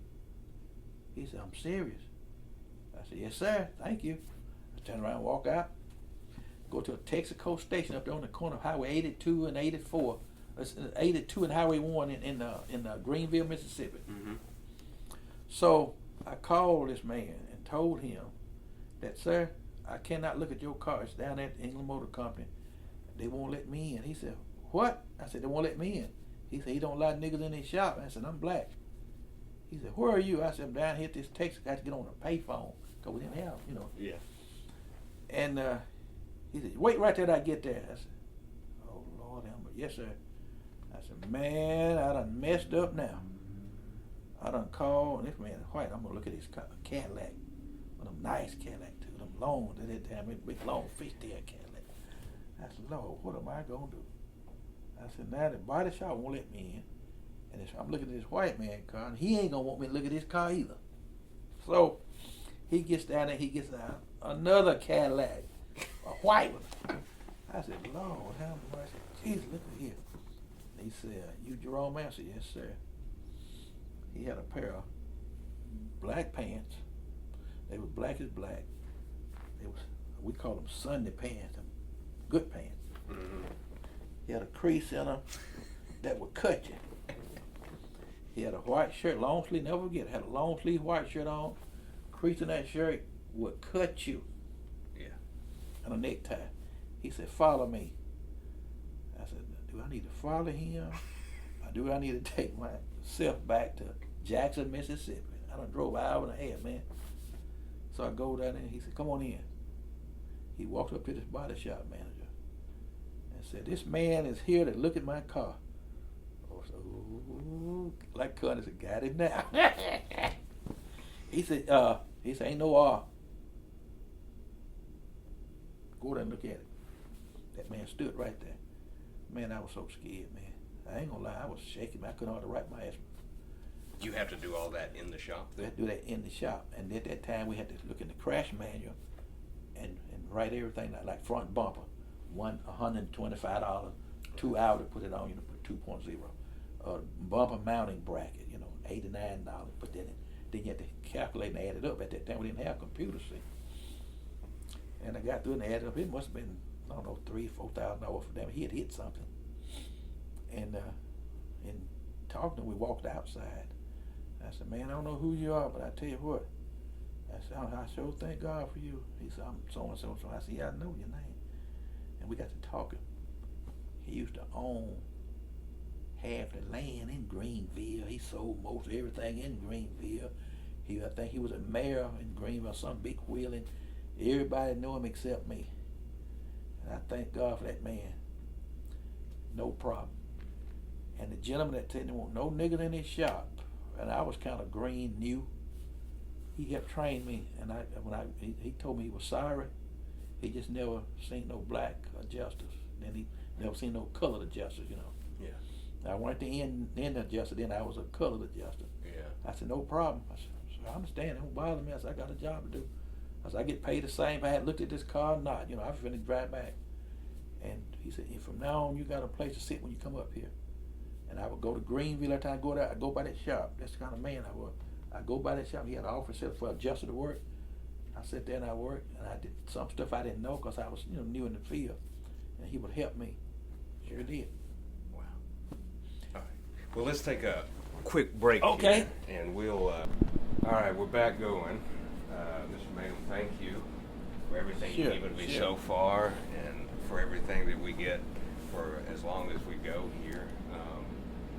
I want to certainly come back to the 70s and your working life, but I realize I didn't ask you about your love life as it is, your home life. And I've got your wife's name is Joyce Wilson. Mangum.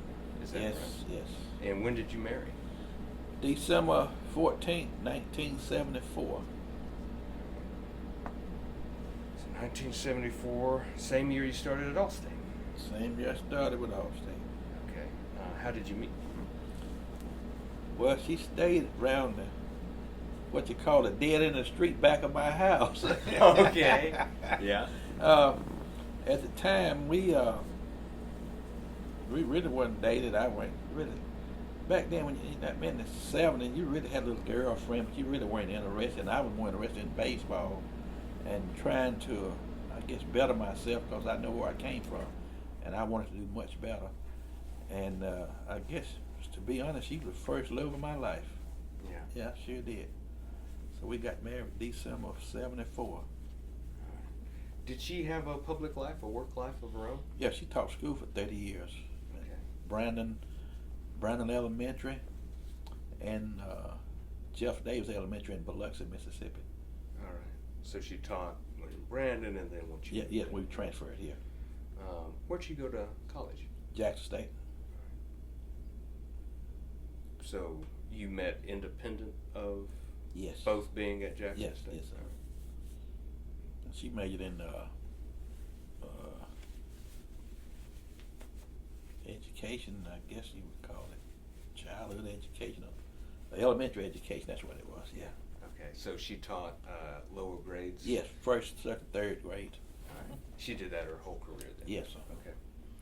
Okay. I see that you have one child, Yes, Jacqueline. Jacqueline. When was Jacqueline born? September 26, 80, 86, I believe. Okay. So you had some time between marriage and Yes. child. Okay, great. Well, when we get to the 80s, we'll. I start. See, close I get this way, more I forget. Yeah. So Oh, yeah. Memory is such a funny thing. All right. So you work in Allstate and begin work in '74. When do you end in Allstate? I'm sorry, April of 09. All right. So all the way to 2009. Yes. And you've discussed your work there. You were the second black adjuster, right? Yes. That is Yes. that puts you in sort of a tricky climate. It sounds like, because you're having to make sort of judgment calls on. Judgment calls and lots of the calls was challenged, which I love challenges, and as long as I knew I was right, I would go down swinging. Yeah. But if I wasn't sure, then I would give in. You know, the customer's always right until proven wrong. Mm-hmm. So I had to do a lot of that. Yeah. Yeah. Well, let me.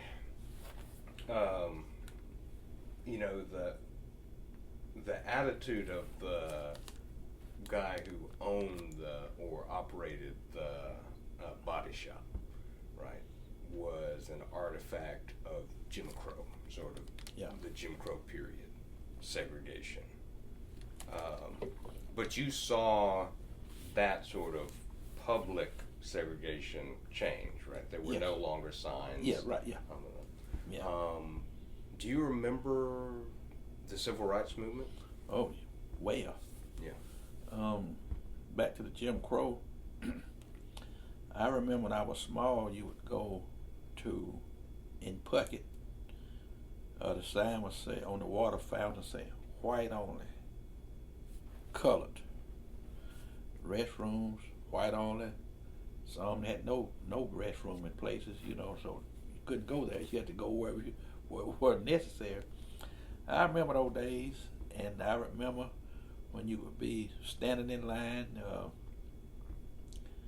whites would come and pass the line and go in front of you, and that would wait. I remember when I was a kid, Dr. Watson was the family doctor. We would go into the office, had a little small office, blacks would be sitting on the floor, just one or two old chairs. Then the office right across the hall would be whites, and they had, nice furniture and stuff. I remember that. But still, that was a way of life, and I didn't, at that time, it was wrong, but I had no way to correct it because I didn't have the knowledge. I didn't have, I guess, the backing. I didn't have the know-how to correct it. Yeah. Do you ever have a sense of people, in your first 10 years of life, people who tried to buck the system or tried to resist or change? Yeah, I remember some, they got beat up. You just didn't change the system. You weren't in no position to change the system. It wasn't your place. You need to stay in your place. What the mentality, I would say.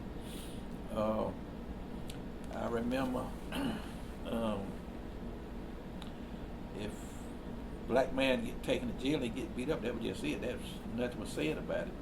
Or got killed, nothing was said. It just the way with life, And you had to accept it, either fight it. And if you fought it then, you would lose the fight. And then there's come Martin Luther King on with the nonviolent deal, and then it caught on like wildfire. Yeah. Any protests you remember? Yeah, I was in a protest. I don't know if you probably done. Reverend John Perkins with the kid from Tougaloo College got beat up. Reverend Perkins went to Brandon They took him to Brandon jail. I was in that march at Mendenhall that Saturday, but I stayed in Puckett, which was we came by car, my grandmother and some of my family members, and they came from Tougaloo College on a bus, and the bus got stopped going back up 49. But we drove home. I guess I would have been in the jail too. My family the one that bailed them out. Reverend Perkins wrote a book about that, something, or the Mangums bailed him out. Yeah. And my step-grandfather cut his hair. When they got him out of jail that Sunday, he had knots all on his head, blood shots on his head, stuck a fork up his nose. I saw that, witnessed all that. I guess, I can't remember the year, but I guess a freshman probably in college at that time. Freshman, at this, all this going on at the same time. You said your entire family went to the march? Not the whole entire family. Most of my family went. Yeah, we was involved in civil rights stuff and the protest. But that they was marching in Mendenhall, and Reverend John Perkins, he the one that got us to come. So he came and visited you, asked you to come? Yeah, and we would go to his ministry down in Mendenhall, and that's how he got to know our family. But we weren't friends. But my family had that 72-acre land I told you about. They put up their land and bond and got him out. We were the one that got him out. Wow. Yeah. And to this day, people still don't know it. It's in one of his books. Okay. Everything went okay with getting the bond off and everything like that. Okay. Yeah, but they was told my uncle, I was still young, I didn't want to get involved with that. They told them they got 2 minutes to get out that courthouse door, they're going to get shot. Sheriff Jonathan Edwards was the sheriff, and he was a demon. Mm-hmm. Okay. And yeah, I remember that. Yeah.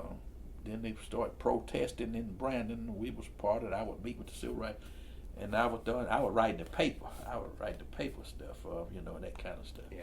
Do you remember any of the names of the organizations you were with? No, I can't.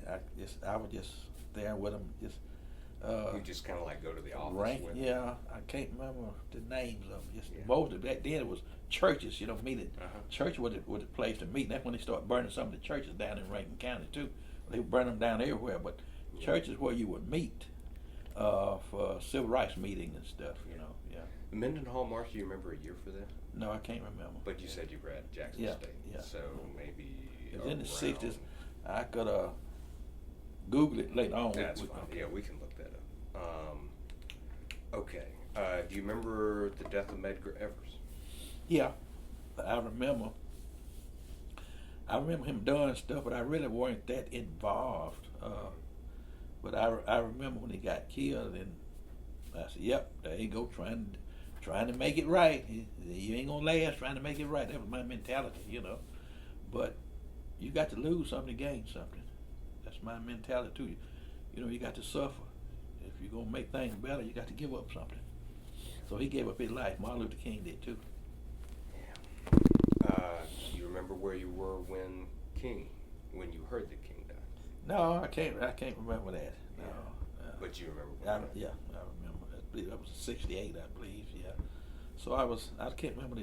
Maybe it was April. I can't just remember. Yeah. Okay, but that's the time I was in high school at that time, because I finished high school May the 23rd, 1968. Yeah. Do you remember, what we could call the Black Power movement or the Black Panthers or anything like that? I remember it was more up north in Chicago. More the movement really was up north, and down south you was taught more so. You was outnumbered. First, minority was outnumbered, so you was kind of like, you need to stay in your place. If you don't, you're gonna get killed. You're gonna get burnt out. Your house gonna get burned down. Your church gonna get burned down, and you had to do stuff secretly then, like back in the slavery days. You had to do it secretly. Then that's what you had to do, and did pretty good at done it secretly too. Yeah. But it wasn't radical at that time. But now, Black Lives Matters. Black Lives Matter. All lives matters, as far as I'm concerned. But Black Lives Matter. You go about it done the wrong. In my opinion, you go about it done the wrong way. You don't burn down the city and the town where you got to go shop and buy clothes and grocery.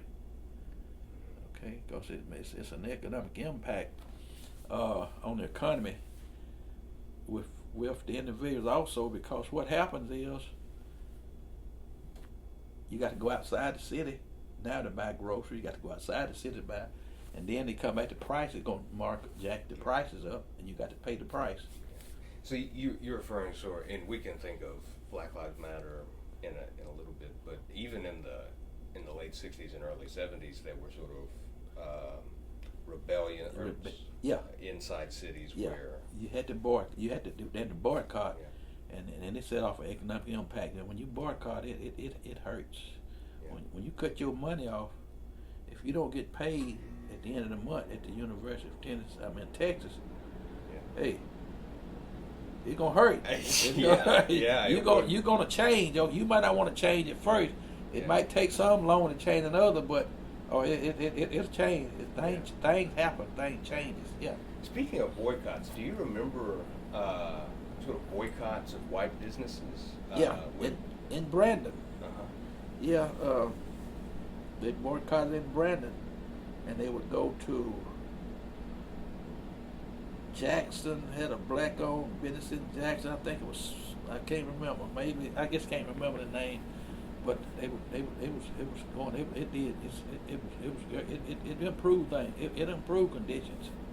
Yeah. Boycott is sort of like a laxative. Tell me Okay. how. It'll clean you out. It'll stuff you up for a while, but later on, you'll give in. I see. Yeah. So it's tough for a little while, is what you're saying. Yeah. Okay. But thing loosens up after a while. All right. That might be the best metaphor for a boycott I've ever heard. That's amazing. Okay. So, did you see, to the extent that you were a willing participant in the Morrow v. Chrysler suit, did you see yourself acting in sort of the legacy of the Civil Rights Movement? No. I think when I first did it, I would have saw it more. I think, to be honest, I really believe that I was doing something just to be doing something. I didn't really see the full value of it, because, hey, you want to go apply for a job at Highway Patrol and get a job. You have a job when you get out of the car. Well, 2 years later, I need some money today, but I can't stop quit school and go to work. Yeah. But if I hadn't been on a scholarship, I probably would have.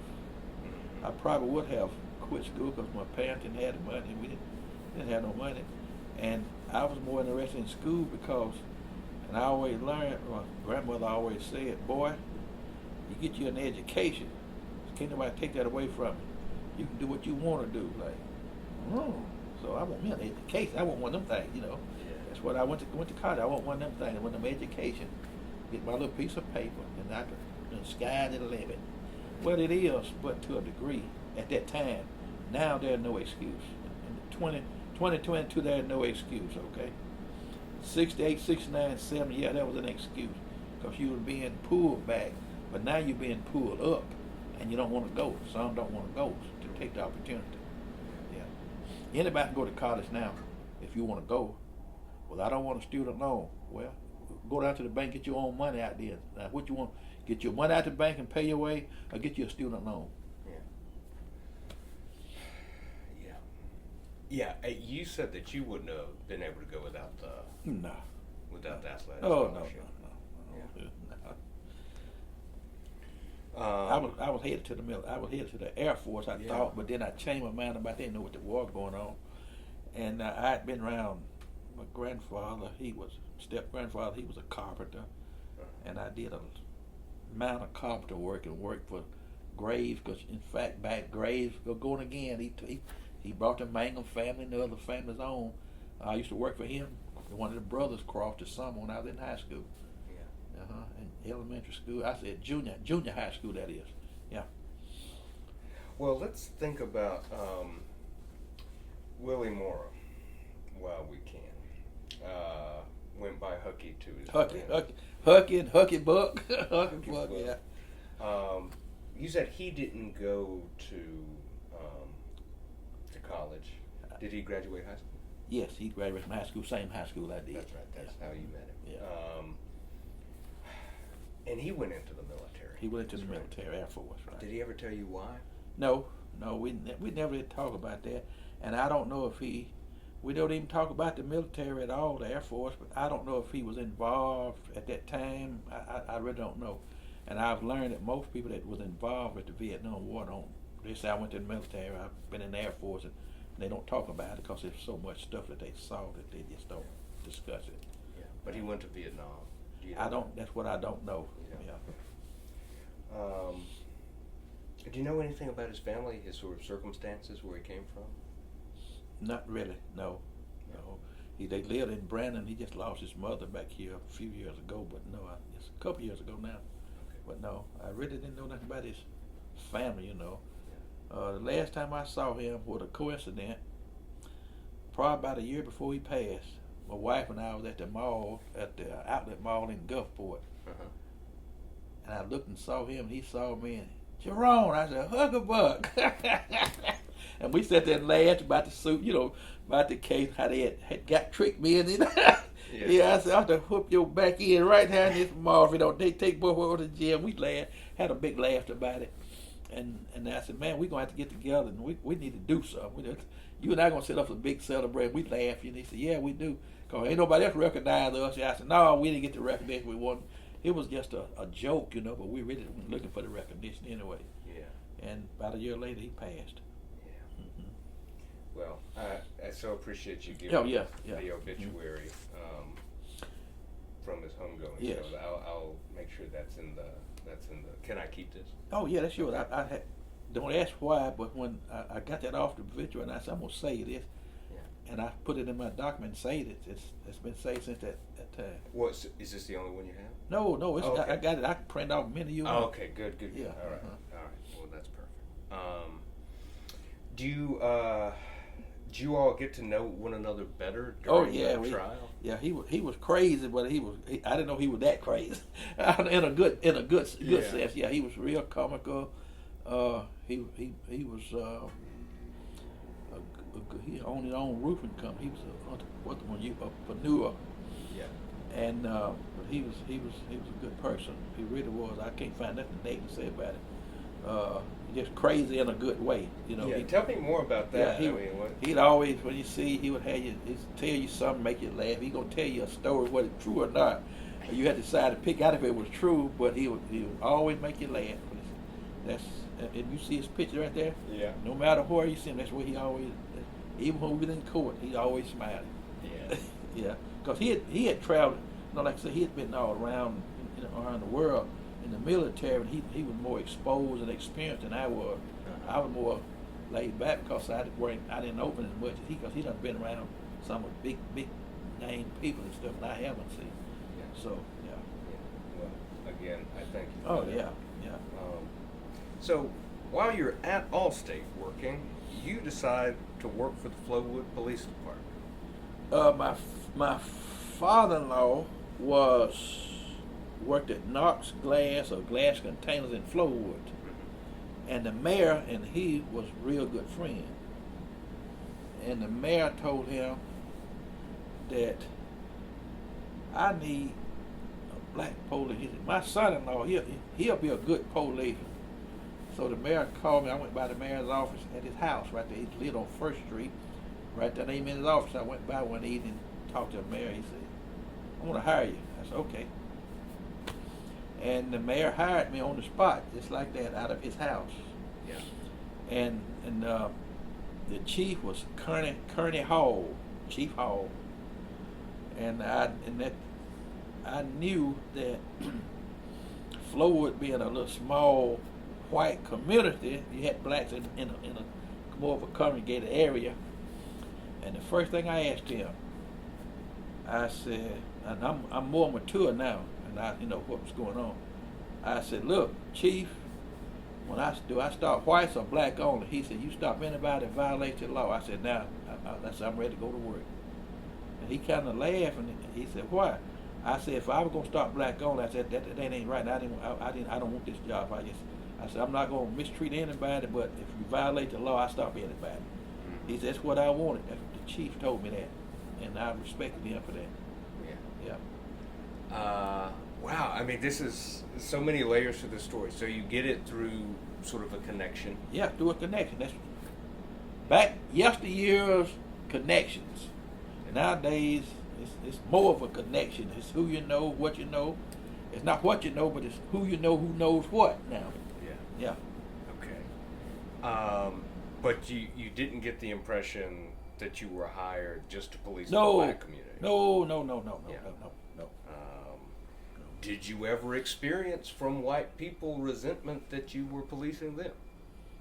No, I really did, because I presented myself in a, not boasting, but I presented myself in a professional manner. If I would stop somebody, I said, excuse me, ma'am, I said, before you make for a driver license, I know you always, cops stopping at to see your license. Yeah. Why you stop me? Ma'am, sir, I stopped you because you ran that light back there. I said, don't tell me you did, because I saw you. And they, yeah, I did it. You know, you go up in a proper manner. You know, no matter if they did or did, you know, I've stopped people. You know why I saw, yeah, no, you did. I stopped you fluffing the ass, you know, that kind of stuff. You put people out of, that's what they should teach in highway patrol school and police. Stop people. They human beings just like you. You just gotta, you're a professor. I'm not a professor. Okay? But just because you're a professor, that don't mean that you so much superiority over me, okay? I didn't know you was a professor. I got you a car. I said, oh my God. And I told Mom, she said, what? I said, yeah. You know, she said, I thought he was in high school. Oh, my no. mom. Well, that's what my students say too. So that's Yeah. I'll take the youth as long as Yeah, I can. yeah, you better. It was funny. It was funny. But I did not not one. Only experience I had, but we had one of the on the internal. We had not Janet out there. Mm-hmm. We had a police officer. I never shall forget. It was a black guy, and somebody got into a domestic thing. His girlfriend or something. He left one night, and he was a Bunny Fife cop.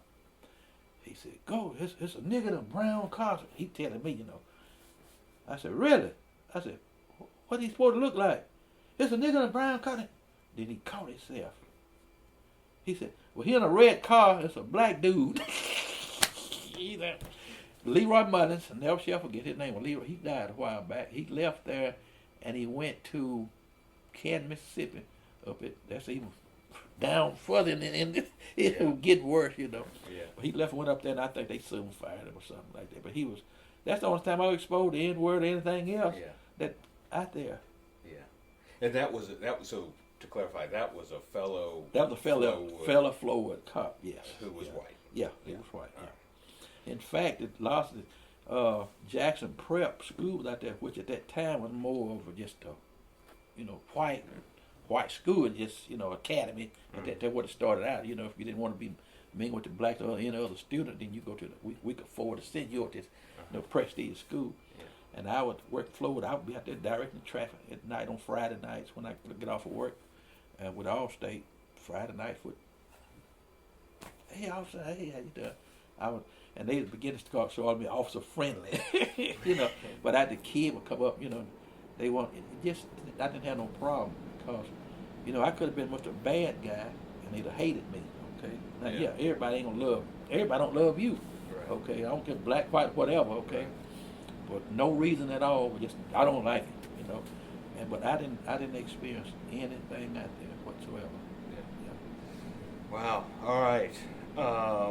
Any sort of serious, you remember like the worst day on the job you ever had as a cop?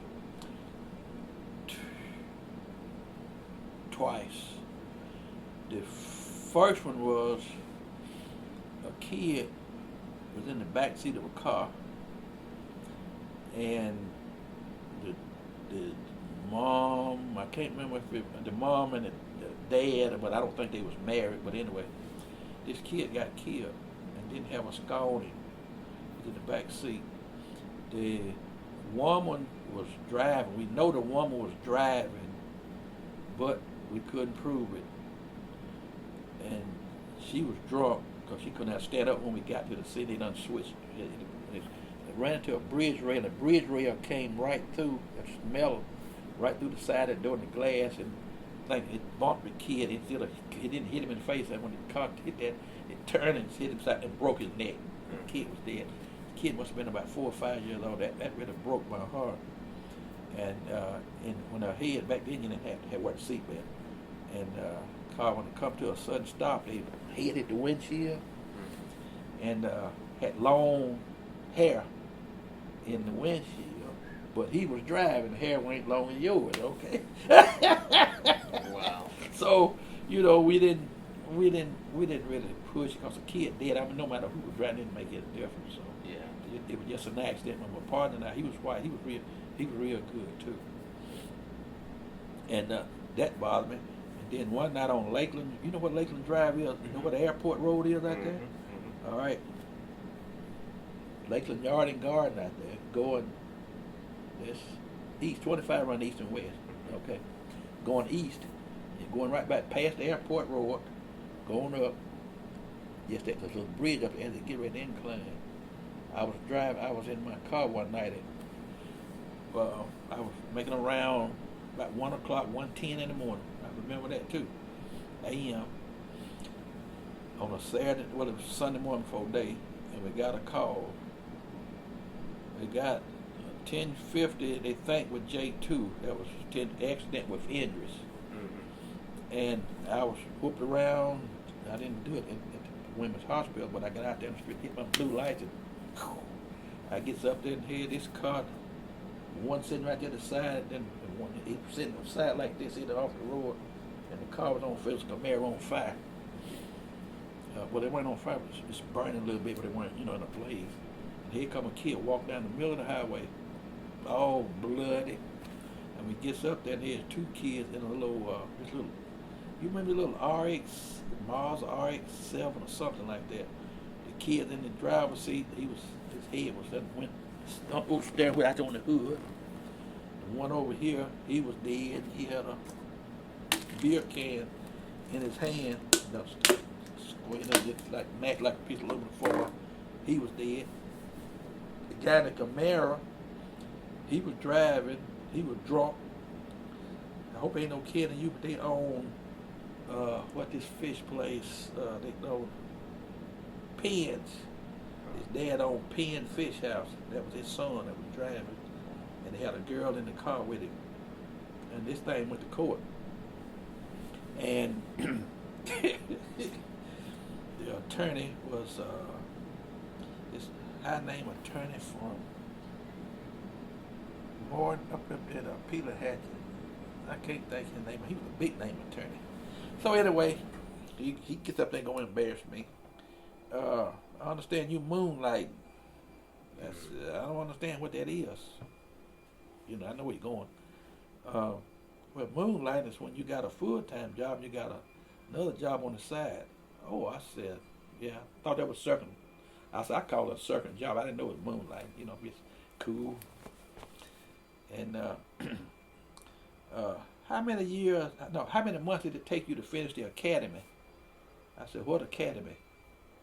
Police academy. You had to go to learn. I said, no, I was grandfathered in. So back then, you didn't have to go to academy. You grandfathered in. Probably 2 or 3 years later, they had what you had to go to require, but you learn on the job. From one thing to another. And now, my client, were you aware, Mr. Mangum, that my client, how do you know it was him driving? I said, attorney, with no disrespect. I said, I got enough knowledge to know, and it's humanly impossible that you don't have to go to no academy when you get to a vehicle and the driver is pinned in under the steering wheel and between the seat and the dash. I said, there was no way possible that he could have got out and went and pinned himself up on that car. And the young lady was a driver at that time. So he went on to something else, Yeah. And I don't know what they did, but that boy, I don't think he got no time because he knew somebody, Penn Fish House with a big, chain stuff up there. And I think I don't know if he got any time or not for man. Back then he was drunk. Oh, that boy had $600,000-$700,000. He was hurt, man. did you know my client medical bill? I said, no, I don't look at medical records. You know, I was being a smart, you know, at that time, because I know, you know, I'm used to all this interrogating all this stuff. You know, I know how it operates. Yeah. So anyway, and he said, well, do you think why you said my client was intoxicated? I said, well, I said the blood test, alcohol contents would tell, but I don't know what it was. Oh, if he was hurt so bad, you saying he was hurt this, did he give you consent? I said, attorney, at that time, you didn't have to get consent when a death was involved. I said, 2 kids in this other car dead. I said, I didn't need to get consent. I said, I don't take blood samples. I couldn't give him a toxicology test and the field sobriety test on the scene, but they did it at the hospital. And I don't know what the result was. He was two-time drunk, you know. Yeah. Our attorney ate him up. Yeah, sure did. But that's about the only 2 things that really stood out. Yeah. So it sounds like a lot of your work revolved around the road. It was, yeah.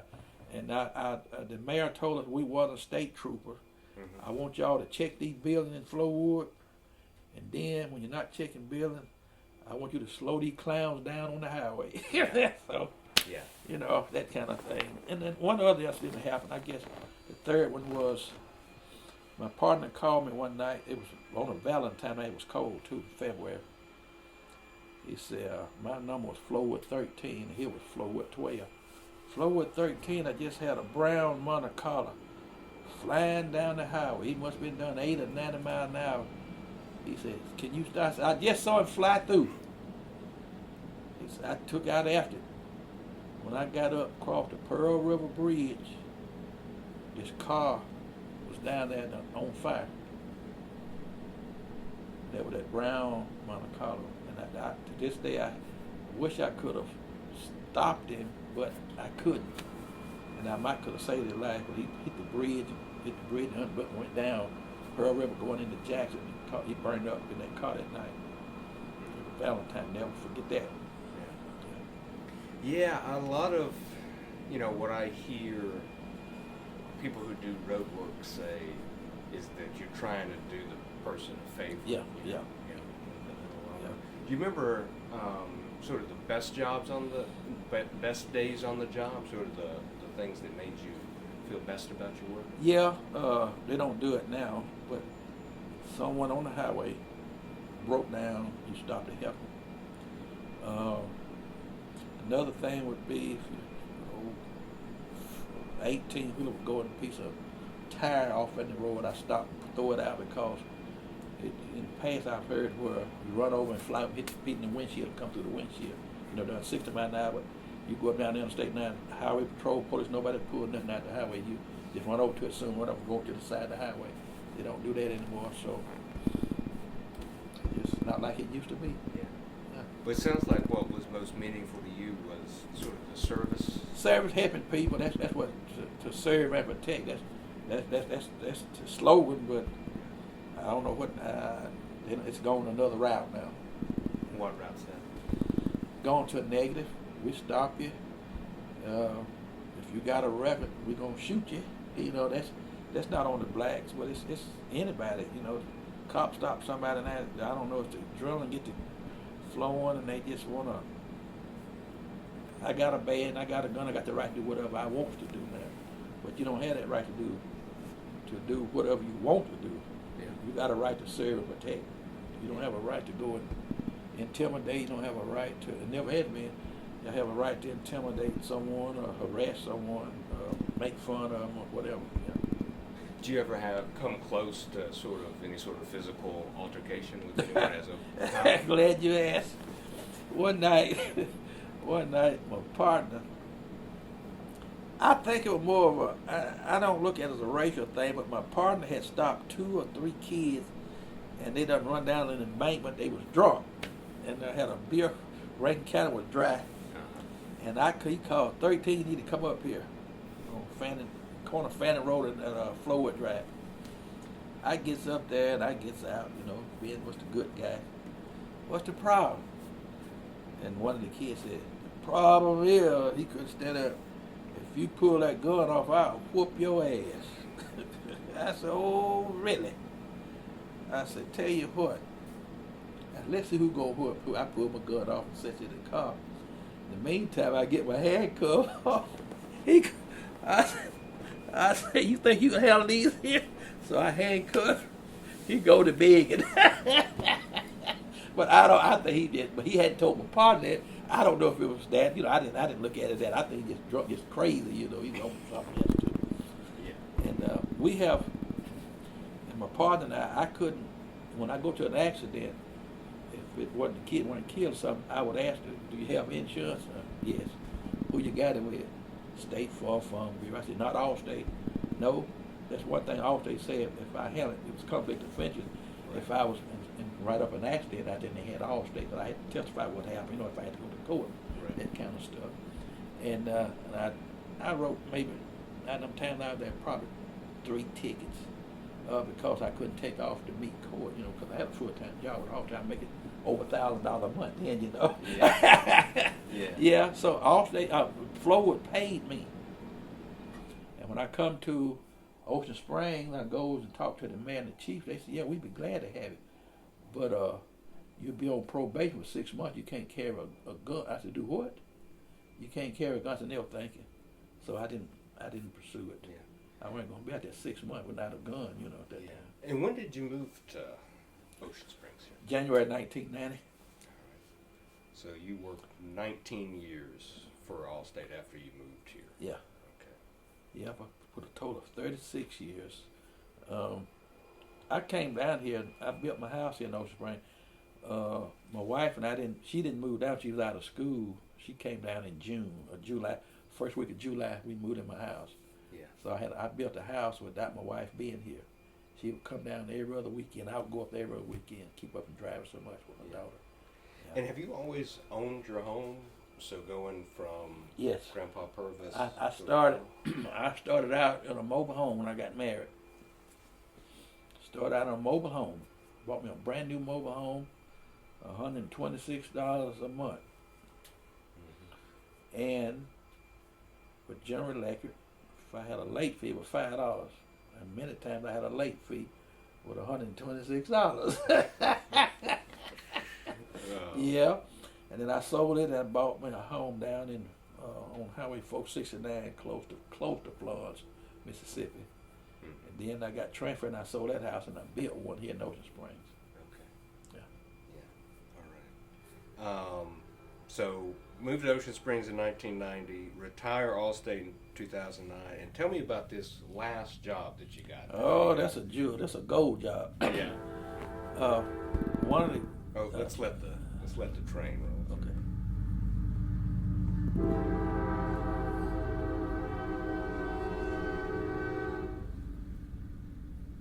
The gentleman works for English Shipbuilding and Human Resources. He's been there 50 years now. His name is George Ray. He's one of the deacons here with me at our church. So he called me one day and Jerome, you want a job? No. He said, man, they paying about $22 an hour. Yeah. I said, wait a minute, Don, what? I can't weld. I'm not a ship fitter. I ain't finna climb that hide and paint. No, man, being a janitor. I said, George, look, I've been tricked a many times. You're not going to trick me and getting a job out there and you pay me $12 an hour. I want me some $20-something an hour. Man, that's what we paying. I said, Joe, how do you pay a janitor $20 an hour? Man, it's government jobs out here. I said, I think I want to take that job then. So anyway, I interviewed, got hired. And I'm a janitor, a professional janitor. Yeah. At almost $24 an hour. And you got people here with college degrees that can't go get a job. I mean, a job making $24 an hour in Mississippi. Yeah. Yeah. And I've been out there. Be three years this month. It'll be 3 years now. So sounds like you took a decade off. Yeah, I did. I traveled. My wife and I traveled. Yeah. We traveled some Seattle, Washington, Portland, Oregon, Tacoma, Washington. Went to Victoria, Vancouver, Canada. Took 2 or 3 cruises. Gatlinburg. Been to Gatlinburg. It'll be my 29th year going to Gatlinburg Pigeon Forge. Wow. already made reservations. I make them every year. I done got tickets and everything already. Get them in advance, get the front row seats on some of the shows I go to. West Palm Beach, got two sisters in West Palm Beach. Travel to West Palm Beach, Florida, Miami, all that. We just traveled. I got fished 3 to 4 days a week, played some golf, a couple days a week. Till I just got burnt out traveling. I got burnt out sitting at the house. My money didn't run out. I'm not boasting, but my money didn't run out. Just got tired of all of that. And I'm gonna probably give them 2 or 3 more years at the shipyard out there, being a janitor, and I'm gonna quit. My wife going, if we still living healthy, we're gonna hit it again. Yeah. Wow. Yeah, but so you don't feel sort of a financial pinch to keep working? No, I quit in a minute. I quit. So. Yeah. I brings in, not boasting. I get my Social Security check. I can make as much as I want now because I'm past 70 or 65, whatever it is. Mm-hmm. I get 4 checks. I get 4 checks. I get paid every. In fact, my check stub coming in the mail. I get paid every Thursday. Tonight I get paid at 12:01 from the shipyard. I get 4 of them every month. I get a Social Security check. I get a retirement check. And you can clearly count 4 plus 2 equals 6 checks a month. Yeah. My wife get 2 checks. You get a retirement check and a Social Security check. So 8 checks come in my house, and I'm blessed. That sounds nice. I get more than a Social Security check than my whole family would make a whole year, all of us in the house together when we was coming up. And by the way, I came up with commodity food. Add that. We came up on the dry milk, commodity meat, commodity cheese. Every commodity had, we was glad to get it, and we was proud of it too. Yeah. So this would be like the agricultural department's surplus food Yes, that you all would go and pick yep. up. Yep. Now we never was on the I guess they call it EBT now, but the food stamp. Right. We done passed the food stamp program. We done, Mm-hmm. I guess we were blessed to where we never had to get on the food stamp program.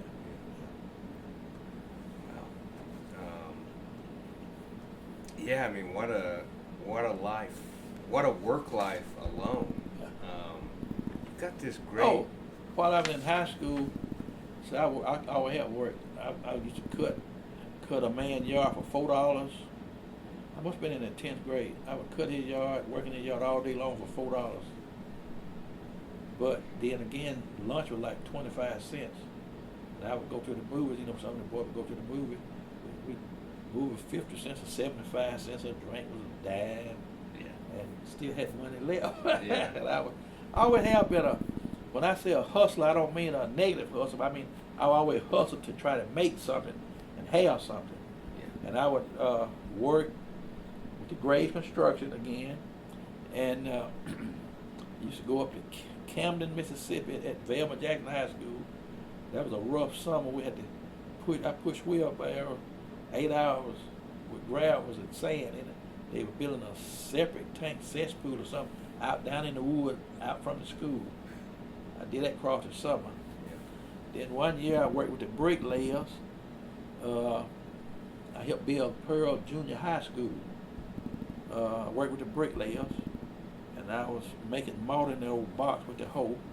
And I was done so good I got promoted. I got promoted to help to go up on the scaffold to help the bricklayers. And then the boys come along, and they were making the mortar. We got right on the back, and it was on the back would go, but it was a drop down. About 3 scaffolds. I could handle 2 scaffolds.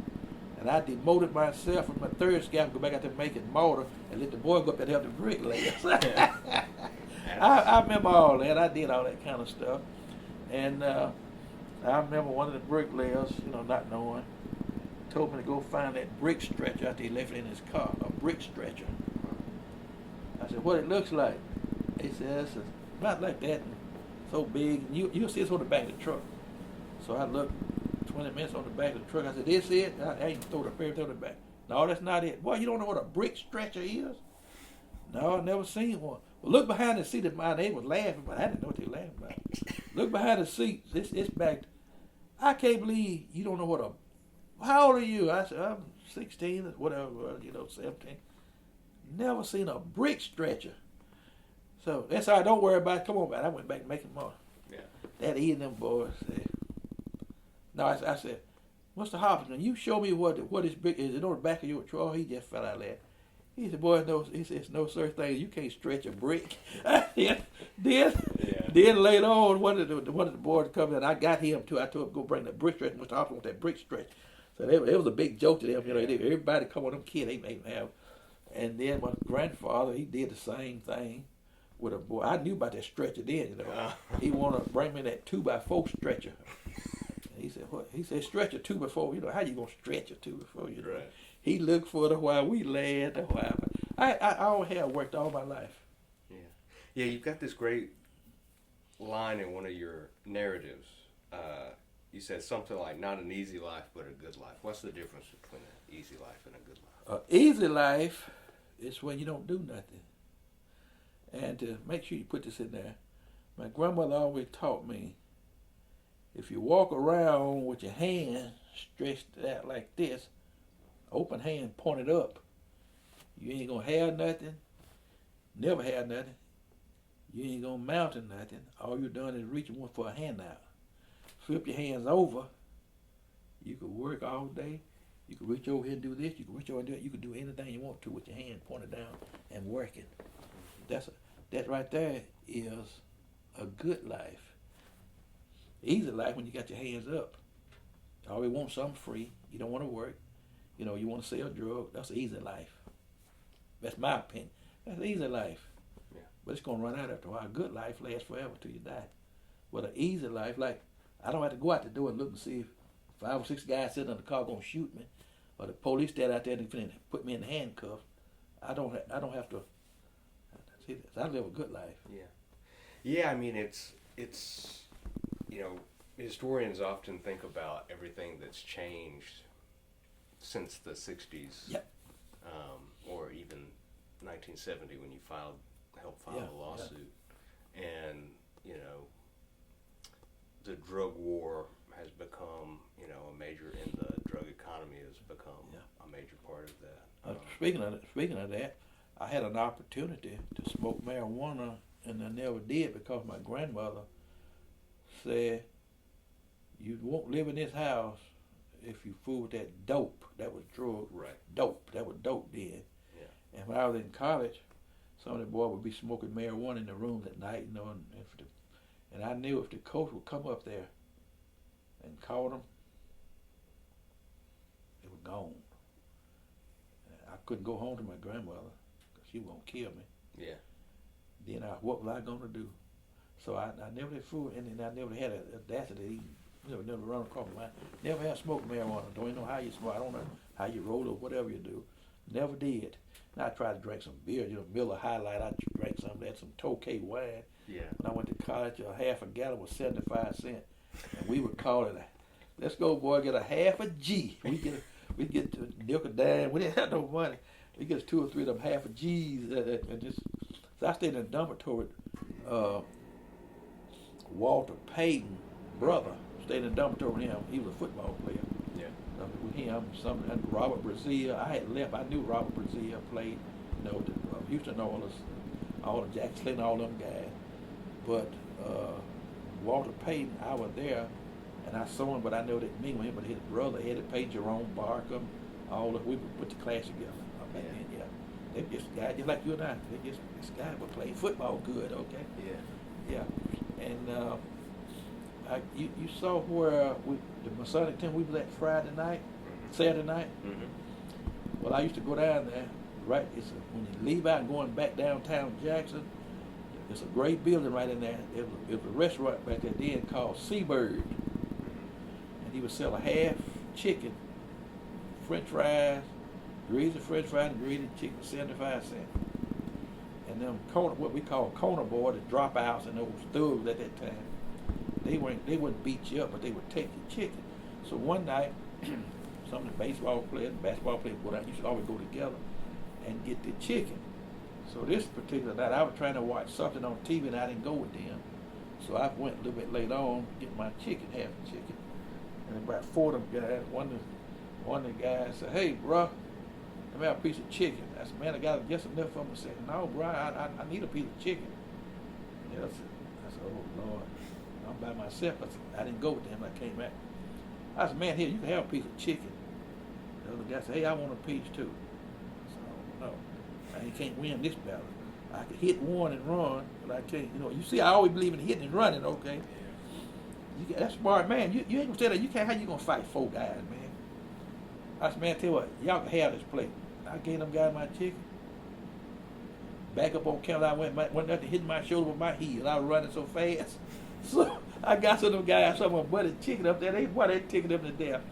And they want to go back down and find the guys. Man, it ain't worth it. I ain't gonna go back down and get no fight now for a piece of chicken. Yeah. That's what them guys used to do. If you buy yourself, they would take your food. But if 5 or 6 of you go, they wouldn't bother you. See? So that's what happened. Well, I mean, you've actually just reminded me. So the Jackson Police Department hired its first black police officers in like the late 60s. Yeah. Did you ever see black police officers when you were in Jackson? No, we never did go because we didn't have no car. We traveled around Puckett. We went to Mendenhall and McGee and Brandon, and that was it. Yeah. And then we used to, when I went to Jackson State in 6 days, O'Neill or McNeil. I think his name was McNeil, a black guy. I think he probably one of the first one in Jackson on a motorcycle. And I used to try to always watch and see him. He had muscles standing out here. He was a weightlifter. When he walked, his arm couldn't come down his side. Yeah. Man, I wouldn't mind being one of them guys. I kind of like that, but I was in college and it didn't favor me. Everybody always talk about him. Yeah. I think he died years later. I think. Yeah. And do you remember the Jackson State shooting? Yeah, we was. Yeah, I remember that. Glad you asked that. The Jackson State. We was in Marshall, Texas, playing baseball, and when we came back in, we went to play a baseball game or something. We came back on the campus. We hadn't heard. We didn't know what was happening. We got back. We didn't know. We thought school was out or something. Nobody's on campus, and we found out that that's what had happened. All the shooting, they had shot, killed Gibbs and some other boy. Green, yeah, and shot up the dormitory, the girls' dormitory. But when I was in college, I used to hang around that dormitory, the girls' dormitory. And what they said was happened. The corner boys, the thug boys, got after a boy or something. He ran up in the dormitory, the girls' dormitory, and he shot her. Something happened. They called his highway patrol or something. And Goom Jones, which was Doug Jones, he was the sheriff of Simpson County. He was a bad dude, but he was like head of the highway patrol or with the highway patrol department then. And they came up there, opened fire. Yeah, that's what happened. Like 30 seconds of wide open. Yeah, that's what happened. It weren't the college student didn't start the fight. That's what found out. I don't know what they got out or what was told. But that's what they said. Them boys came up there and they shot or something. A shot or something, then somebody called and they came and infiltrated that dormitory, shot it up. Man, for a while, you can see them bullet riddles on the corner down there, the curtains and all that stuff there. Yeah. Do you remember, how long did it take them to sort of fix up the building? I can't remember. Yeah, but it must have been something to drive by that, walk by that. Well, that's what we found out when we got back. Yeah. We thought school was we didn't know what had happened because we didn't have no radio to listen to what was going on and no cell phone. Did that play any role with the lawsuit in your eyes? No. Only thing it did play a role in was that old sheriff that he was a sheriff of Simpson County then, and he didn't like whites and he definitely didn't like blacks. So you saw what a black art was, okay? Yeah. He was part of that stuff, the two little kids then. And he got killed, I understand, with a drug deal. A black guy killed him. I think he was running drugs from or something. So that's like the Buford Puffer Walking Tall deal. Mm-hmm. One of them kind of deal, but he was a big name. Yeah. Everybody was scared of Goom Jones. His name was, I think, Doug Jones. Goom Jones, they were scared of him. Everybody. Yeah. Black, whites. If you weren't in his circle, you just didn't fear. When you said he was killed during a drug deal, was he policing the drug deal or was he participating in it? He was a sheriff and something had happened, and he got killed not too far from his house on that road. That's all I remember. That. Yeah. Well, it's amazing how many of those sheriffs. I mean, every Yep. there are a lot that have a Yeah. notorious Yeah. reputation. Yeah. Um, Oh, well, what? I think I did give you the information. I encountered death twice, but I didn't. One of them Yeah. I didn't. The second time in October the 1st of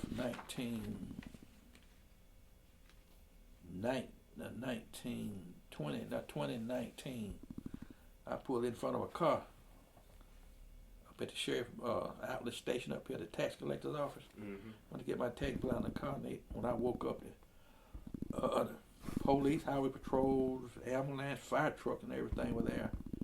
And I woke up and asked them what had happened. They said, "You had an accident." I said, "Accident?"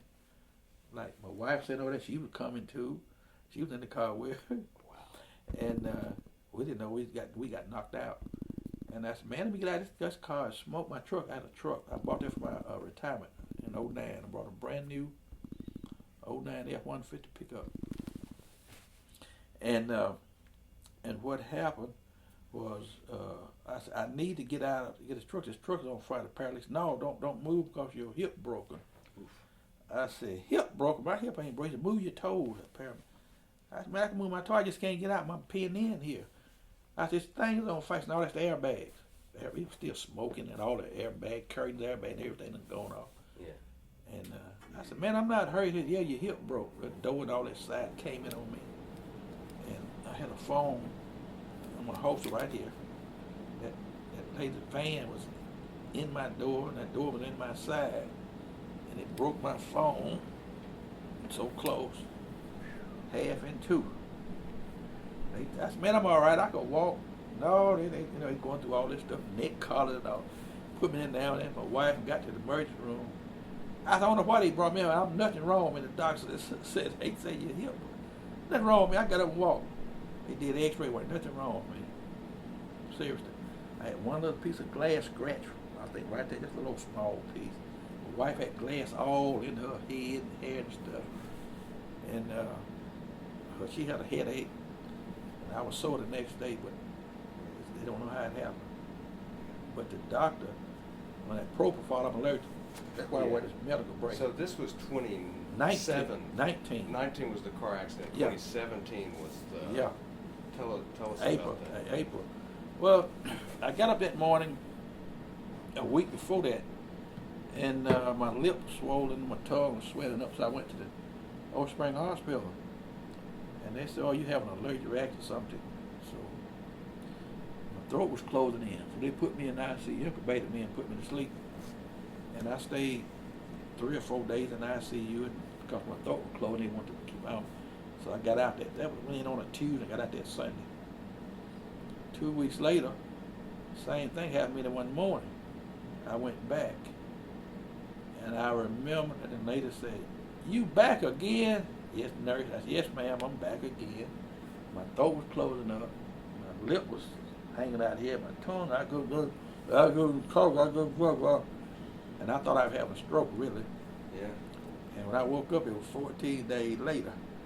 I remember in the hospital, emergency room, they said, "You was here other week or something." I said, "Yeah." And I looked and saw these 4 or 5 men and nurses, and it must have been 8 or 9 people in there.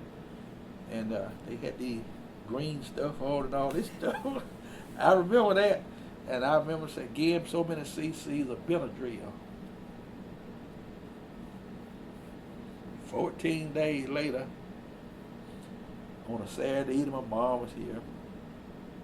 And this black lady came and said, "Mr. Mangum, wake up. Wake up. Get up. Wake up, Mr. Mangum. Wake up. We want you to see, can you breathe on your own?" I'm waking up looking. What the world? My arm tied to the bed, my feet strapped down like, and I couldn't talk. This thing down my throat. Yeah. She said, "I'm gonna pull this tube out of your mouth. I want to see, can you breathe?" I'm saying, this lady, to myself, this lady done gone crazy. Just like this right. You take your finger, I feel something. Didn't even hurt. Breathe, Mr. Mangum. I said, I'm breathing. I said, man, what's wrong? I said, I've been breathing all the day, all the morning or something like that. I said, I'm breathing all the morning. Ain't nothing wrong with me. And my mom, they just fell out like, you done good, Mr. Mangum. And everybody, my brother, my family was in there, my wife. They was laughing. What happened? They said, you don't know what happened? I said, no. I said, y'all got to hurry up and let me out here. I said, we had a grocery program. I said, I got to go down to the grocery program at the church. They said, well, I said, Jay, she called me Jay, you been in ICU 2 weeks. I said, what? I said, I'm still in the emergency room. That's the only thing I remember. 2 weeks, 14 days. Yeah. And I said, I need to go to the bathroom. And the lady said, now all my time, I told my wife, I don't care when I go to the hospital, don't put no catheter in me. I ain't having no catheter in me. Right. And that lady, she was that nurse over there. She said, go ahead. I said, go. I said, no, I don't want to wet the bed. I said, I need to go to the bathroom. She said, go, you got a catheter in you. I said, oh, hell no. I said, shh. Let it go. I said, when y'all put that in? They said, when you was in the emergency room 2 weeks ago, I lost 38 pounds. How about your side, man? 38 pounds over the 2 weeks. 2 weeks. That you had. I was on that old. They putting this stuff in me. Yeah. So let me clarify. You have the initial allergic reaction. Mm-hmm. They have to put you in a coma. The first time. Then. Yeah. And then they release you. Yeah, I got it. They don't have really any idea what caused it. It's what happened. The medication I was taking. Black folks is allergic to the Cinepria, but mine was something else. And one of the medications, I don't know which one it was, and I just had an allergic reaction to it. You could take it for years, and just wake up one morning and hit you. Wow. The first night, it was on a Tuesday morning. I woke up.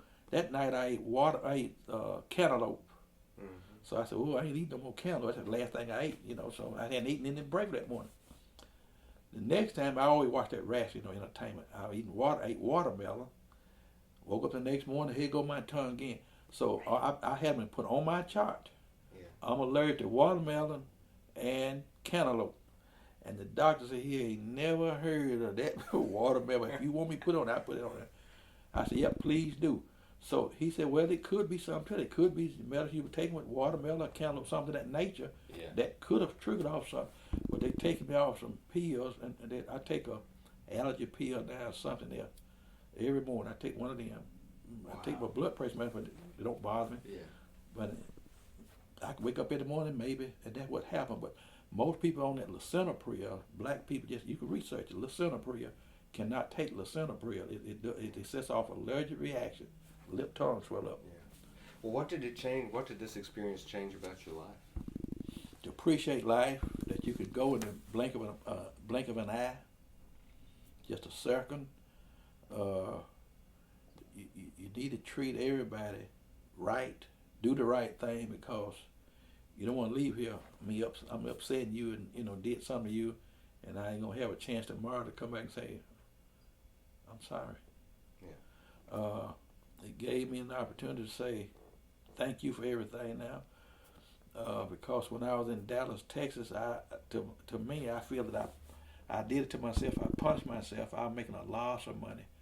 When I was out in Dallas working for Allstate, a retiree program, I would get up at 5 o'clock in the morning and didn't say thank you, didn't say my prayer, and I knew better. Come in at night, I'd be tired, and working 7 days a week, and we making a loss. When I said loss, man, I'm making like $5,000 a week. They were paying, but now I was putting in 12 hours a day. Yeah. And I was on I think that time per diem, $200 a day per diem. And we were making, man, it was in time and a half on Sundays. Sidebar, when were you in Dallas? I can't remember the day, but I worked out there one year, a whole year. They fly me home every month, and I'd take a week off and go back. Then I went back for 6 months. It was 4 years after they had a retiree program. So after you'd already retired? After I retired, yeah. And I went out there and I was like a consultant to help with claims and this kind of stuff. And I think that God had blessed me so much I just didn't say thank you. And that's what I really think. He got my attention. I went looking down on nobody. Never done that. Never looking down on nobody. I wasn't, belittling anybody. I weren't, hey, I'm high and you down here. None of that. I just get up and go, man. I'm making some money and say thank you. Yeah. And he done already blessed me so much. I think that was my punishment. And I think what he saved my life, that I didn't go when he gave me up to die, said he won't make it through the night. I think what happened, we had a pastor here, Reverend Dr. Trotter, that's the name of that street. He lived right there in that red brick house on the left. My wife and I, we weren't doing it for no show. We took him on vacation to Miami, Florida, West Palm Beach, Florida. He wanted to go to Miami. Free of charge, we did that because I was blessed. I could do it. He wanted to go to Memphis. We took him to Memphis a couple times. He wanted to see Elvis Presley's house. Now, he just don't know. He didn't have nothing for Elvis Presley, but he just wanted to see where he lived, okay? Yeah.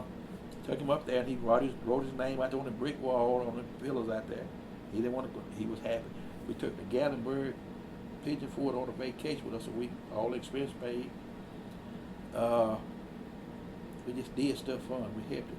Had another pastor here after him, and he died. We took him to Gatlinburg. He paid his own way, most of it. I helped him with some stuff, and he died. We didn't know if he had leukemia, and he knew he wasn't going to be back. I said, we're going to make graduation next year. He said, I'm coming back next year. I ain't coming back. I won't be back. I said, well, you didn't like it? Yeah, I like it. I just won't be back. We was up in the mountain, up in the smoke, and down one part, he looked down, and he said, I could just walk down there and walk straight up into heaven. I said, well, you're going by yourself. And we had a big laugh about it. Come to find out that he knew he was dying, but his wife didn't even know. So we got back here that Sunday night. He had to go to a church in Gulfport. He had to go for some kind of program. And that Thursday night, he died. But we did a lot. My wife and I have helped a lot of people. And the Bible said, touch not thou anointed one. A lot of stuff I have disagreed with my pastor, but it was in a negative, it's not in a negative way, but I don't agree with that. But Dr. Trotter said, I said, Reverend Trotter, I just don't agree with that. Yeah, but the Lord didn't give you the sight to see me. I said, yeah, he did. He said, no, see, son, you could look to the corner of the building. You look down there and look to the corner. But he gave me an insight to look around the corner, and we just laughed. I shut up. Yeah. He sat there a minute days. Yep, Dr. Jesse L. Trotter. And I think God left me here for that reason, because I did something. Yeah, sure did. May bring tears to mind when I think about that, man. Yeah, but I supposed to have been dead. Well, I'm glad you're I got a picture. I'm gonna give it to you. I sent it to you. Yeah. Me in a coma. I was hooked up to 11 IVs. Oh, goodness. Well, I'm glad you made it. A few more questions, if that's okay, and then we'll let you get on. You've been so generous with your time, and I really appreciate it. No problem. I want to sort of end, I guess, on just a few questions about the police in general. You had these experiences. The story with your step-grandfather is one of the most horrifying that I've heard. Did you have any experience with police officers after the desegregation of police? Yeah, well, during this, I forgot to tell you, during this lawsuit, I think I mentioned it Friday night, I got stopped. He said I was done. I would come down one street, he would come down another, and he got behind me. So obviously, you know a man behind you, ain't gonna be speeding. So he stopped me outside the school zone and said, stop me. He said, you know why I stopped you? No. You done 45 and a 15. I said, really? He said, yeah, really. Gave me a ticket. Was a trooper? Yeah, a state trooper. But I know the reason why, because he didn't stay too far from where I live. But I lived on this side, and he lived on that side up the street.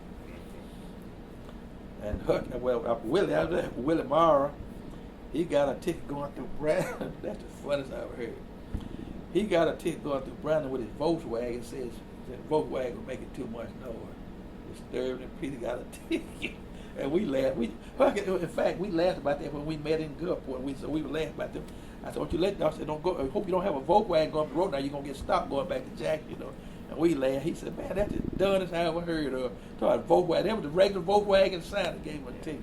we got stopped. I think we got stopped a couple more times just to be stopped, But we didn't want to harass, just see your license. Get my license, and they just want to see. They run the tag, just see who we were, I guess, and then let us go. Yeah. Was Morrow's noise complaint, was that also a trooper, do you know? Yeah, that was a trooper too.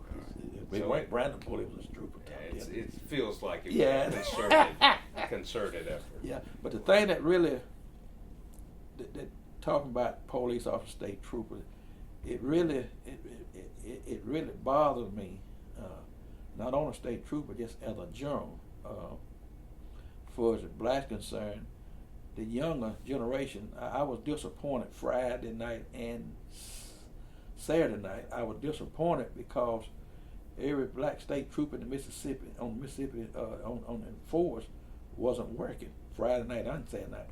I was expecting a whole lot of the younger guys. Like, man, 50 years, that's a long time. I wanna go see what it was like, see what happened 50 years ago. I get in my car now, I stop anybody, I want nothing said to me. I went through the academy, no problem, but they don't know what the three guys went through. They don't know what went through for filing this lawsuit, and you didn't have none of them younger guys there. Mm-hmm. Same thing, these young kids run up in the McDonald's, they don't know what you used to, you couldn't sit at the counter and get a hamburger, you couldn't sit at the counter and get a malt, it just didn't happen, okay? And they, now it's just, well, something happened, who cares, I can do what I want to do now, I'm free. Yeah. But you need to know how you got to where you are. Yeah. If you don't know how you got down, you gonna end up in New Orleans. Yeah. If you don't know how you got here, right? So they don't realize they still need this story here, and not just my story, but all the stories need to be publicized. This is how you got here, where you are now. You don't need to look that up, but they don't think nothing about the state. I talked to a black state trooper once, and I said, how you like, it's a job. He didn't know, it's just a job. I said, yeah, it's all job, just a job, just going along with it. I said, my name's Jerome Mangum. You never heard of me? No, never heard of you. And I said, well, I'm going to be cocky. I don't brag about that. I said, I'm the one that got you in that Confederate uniform. He said, what? I said, I'm the one that got you in that Confederate uniform. He said, you work for the Highway Patrol? I said, no, I'm the one that filed the initials. I heard about that. But I got my uniform now, so it's some of the younger guys, and this, I don't know if it's an educational trend or something need to be taught or just, I don't care. I got he told me just a job, It ain't just a job, You a professor at the University of Texas out there. It's a job, but it ain't just a job. If you go ahead and let just a job, like my job out here at the English Shield building, if I said I want to go there, I'm going to call and tell them I ain't coming today, tomorrow, next year either. Okay, because I don't need a job at this today. I don't know if I'm going to need tomorrow, okay? But it's just a job for me. Because I like going and, I still do what I want to do. Only thing that took up me coming to choir rehearsal. Here at the church, we have choir rehearsal on Tuesday and every Tuesday night. And we sing our first and third Sunday. That's the only thing that take away. I can go fishing. I went fishing this morning. I could have, no, I ain't got time. I'm going fishing this morning. And fish to 10, 11, 12 o'clock. And, because I don't sweat out there. Every building is air conditioned. Yeah. See, this is what I'm going to wear. This is clean. It's what I'm going to wear to work today. Just what you see me got on. If I wanted to, I could wear it tomorrow because I'm a janitor. Yeah. Pull the trash out of the garbage can, walk 1, 2, or 3 bathrooms, go to the next building in the air conditioning, administration building. Yeah. All right. Well, before we go any further, tell me about the Confederate. You called it a Confederate uniform. It's the gray and the blue. That was the Confederate color. I guess you would call it the Army. I call it the Confederate soldiers, but anyway, it's the Army. If you ever notice, it's the gray and the blue, the gray. Yeah. So that's what they call it. Yeah. Now, later on, we get off of this, I'm going to tell you something else. Somebody you need to call, and she's working on trying to see about getting that changed. Interesting. It's a lady named is Helen Sims. Okay. Yeah, I saw that you mentioned her in the speech you gave. Yeah. Okay. It's the Fannie Lou Hamer. She's one like the Fannie Lou Hamer Museum. I'm sick and tired of being sick and tired. She trying to get a national, what she call it, some kind of Freedom Day holiday in the state of Mississippi. She been out of church and spoke at our church. That yeah. woman. Now you can't interview her, okay? Okay. I'm gonna tell you, you can't interview her. She interview you. Okay. But once she start talking, Uh-huh. you gonna sit back. You gonna get up, go to the corner, and sit back, Yeah. non-stop. And she be talking truth too. Yeah. She came up to Fannie Lou. She did all this stuff. That's great. Okay, well, remind me, and I'll do that. In fact, when I leave, before we go, I'm gonna call her. She can I get her. If she don't call, I'm gonna give her. Her name is Helen Sim. Okay. She got up at the Fannie Lou Hamer Museum in Belzoni. Yeah. If you ever come back, that's what you can talk Oh, about. I would love to. And she know the story too. Uh-huh. She talk Bible stuff. She relate Bible stuff with the movement. Okay. She not radical. She's sharp. It's Helen Sim. Okay. They call her old storyteller. Okay. All right. But back to this. Yeah. No, that's great. Well, that's actually that's an interesting way. You said she was not radical. No. Right. I mean, she don't look at you just because you're white. She don't look at you because what happened in the 50s and the 60s. Okay. She don't look at you you part of the MT movement. No. She's like me. That's where it was, And I have asked some of my white friends and coworkers I have worked with. I said, be honest with me. I think we want you to tell me the truth. I said, I'm going to tell you the truth. Why is it that racists don't like racists? I said, to bring it down to earth, why is it that whites don't like blacks and blacks don't like whites? I said, not all. I said, we still had that little corner few over there, black, white, and all the other races. And then what he told me, Jerome, I can't answer. You know what I told him? I can't either. If I ask you right now, why you don't like blacks, you couldn't tell me. I mean, if you didn't, you couldn't tell me. But now, ask me why I don't like whites. Right. Ask me. Why don't you like whites? I like whites. It's just some of them I don't like. Some of the blacks I don't like for the same reason. They stand for no good. Anybody that stand for no good, I ain't got nothing for them. I'm not going to do them wrong. I just don't. We're not in the same league. I could be in the welfare line, black, white, up. We still looking for the same thing. But if I'm in the welfare line, you in the welfare line, and you ain't got no business in this line with me, well, something wrong, okay? That's why I got a nephew. Don't put that, but I got a nephew. Yeah. Stole his mama clothes and his daddy clothes, standing in the house, stealing food out of the freezer on drugs. He ain't allowed in my house. He's black as me. Danny I am, okay? That's what. But my neighbors, we look out for each other. I was the first black in my subdivision, and I was the only black in my subdivision for many, many years, and I think there's one other black family in my neighborhood right now. And I never had a minute problem. And I live in southern Mississippi. Yeah. Wow. Yeah. So I mean, you're talking about sort of treating people as individuals. Yeah. Right? That's the only way you can do. Yeah. You can't group all whites together. You can't group all black. All blacks ain't lazy. All black, well, maybe me, but all blacks ain't fat. You see it, I'm not lazy, okay? Yeah. All whites is not prejudiced. Yeah. Okay. We go in fact, I'm getting ready to go on vacation with a white friend of mine now. Yeah. And her daughter and her husband.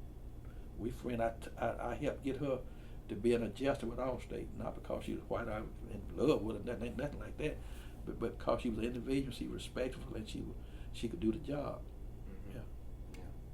Well, I mean, this is such a good segue to sort of policing and police officers as sort of individuals and part of a whole, because so much of the movement around sort of political activism around policing in the last few years, and you alluded to some of it yourself, right? Yeah. It has to do with whether you sort of treat individual officers or as a part of a whole, which is sort of broken or deficient or wrong. Do you have any thoughts on that? Well, I look at it, me outside looking in, it's wrong to shoot anybody for no reason. If I'm breaking into your house, you need to shoot me. You at work and I'm stealing your TV, cause I shoot you. I shoot my brother. If I see it run out of my house with my TV on his shoulder, I intend to go there and get it. Okay, that's where I am. Yeah. You have bad people in all positions. You got bad people. I don't know if they bad or just don't care. Just don't want to go along with the right reason of the system. You probably got a professor at the University of Texas, got him at Jackson State. Just like I said, they looking for a paycheck and it's just a job.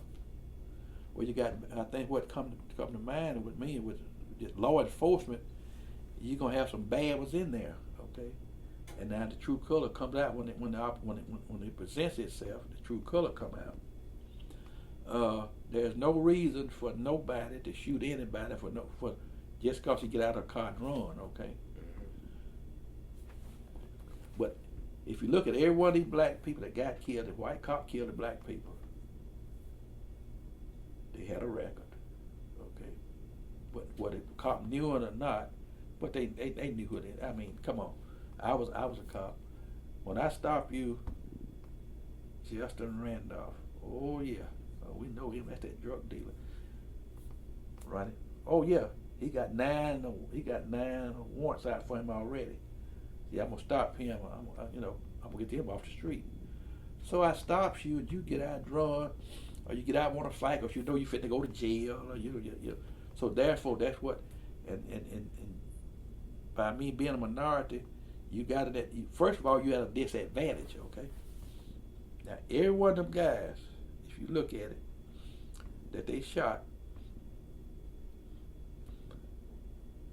if they would have just said, I go to jail.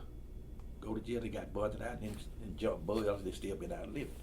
Now maybe except the Floyd, but I don't know if he's passing counterfeit or not. But that's the only one. The others, man, get out running. Why I want to get out running? The cop gonna stop me. You already know he gonna shoot you. When he said put your hands up instead of going in your pocket and pulling your cell phone out. If you got a cell phone in your hand, drop it. I already know it. You know that. Even a black cop stop. You go put your hand on the steering wheel either. Let me see your driving license. Well, you ain't finna go reach all up under the seat looking for your driving license, okay? Obey the law. And yes, wrong to shoot. It's wrong to shoot them guys, okay? And I don't know all the true story. Like I say, I don't know it, but stop the man. We got a warrant for your arrest. Step out of the car. Put your hand outside the car. They've been trained for that, but when your adrenaline get to flowing, you're going to be a hero. Okay, I'm finna get me a drug dealer off the street. Yeah, adrenaline. And then your adrenaline and this person you got over here, that adrenaline and his attitude, your attitude ain't gonna match. Yeah. I'm already in charge, first of all. I can do what I want to you because, hey, I'm the law. I am the law. You are the convict, okay, before you get convicted, okay? That's where I look at it. And yeah, the cop is drilling get the flowing out because I was a cop. You get in a hot pursuit of one is, he ain't gonna outrun me, I'm gonna get him. Yesterday happened in Jackson, they Pearl, was it Rankin County or Flowood or somebody, got after one of the guys and went over and hit a mail truck, something killed the guy. It's not that important. All they had to do was call ahead. Jackson, PD. I got one in pursuit of one. Can you set up a roadblock? So and so car, white male, black male, female, whatever, and so and so car. We already got it, and the car not reported stolen. Okay, you get him. You might not get him today. You get him tomorrow. Okay, so why? But that's. I think sometimes we overstep our limit. That's what happened. Yeah, so it sounds like you're saying that the rules of engagement need to be proportional to... It should be, but it's take another 50 years before we get there. Okay? Yeah. Do you think we ever will? I think it would change minds. It would change minds. You could change minds, but But if you got in your mind this is the way it's gonna be, it will never change. I guess one of the, and this is a question I always throw back and forth, is sort of the question between individuals and systems.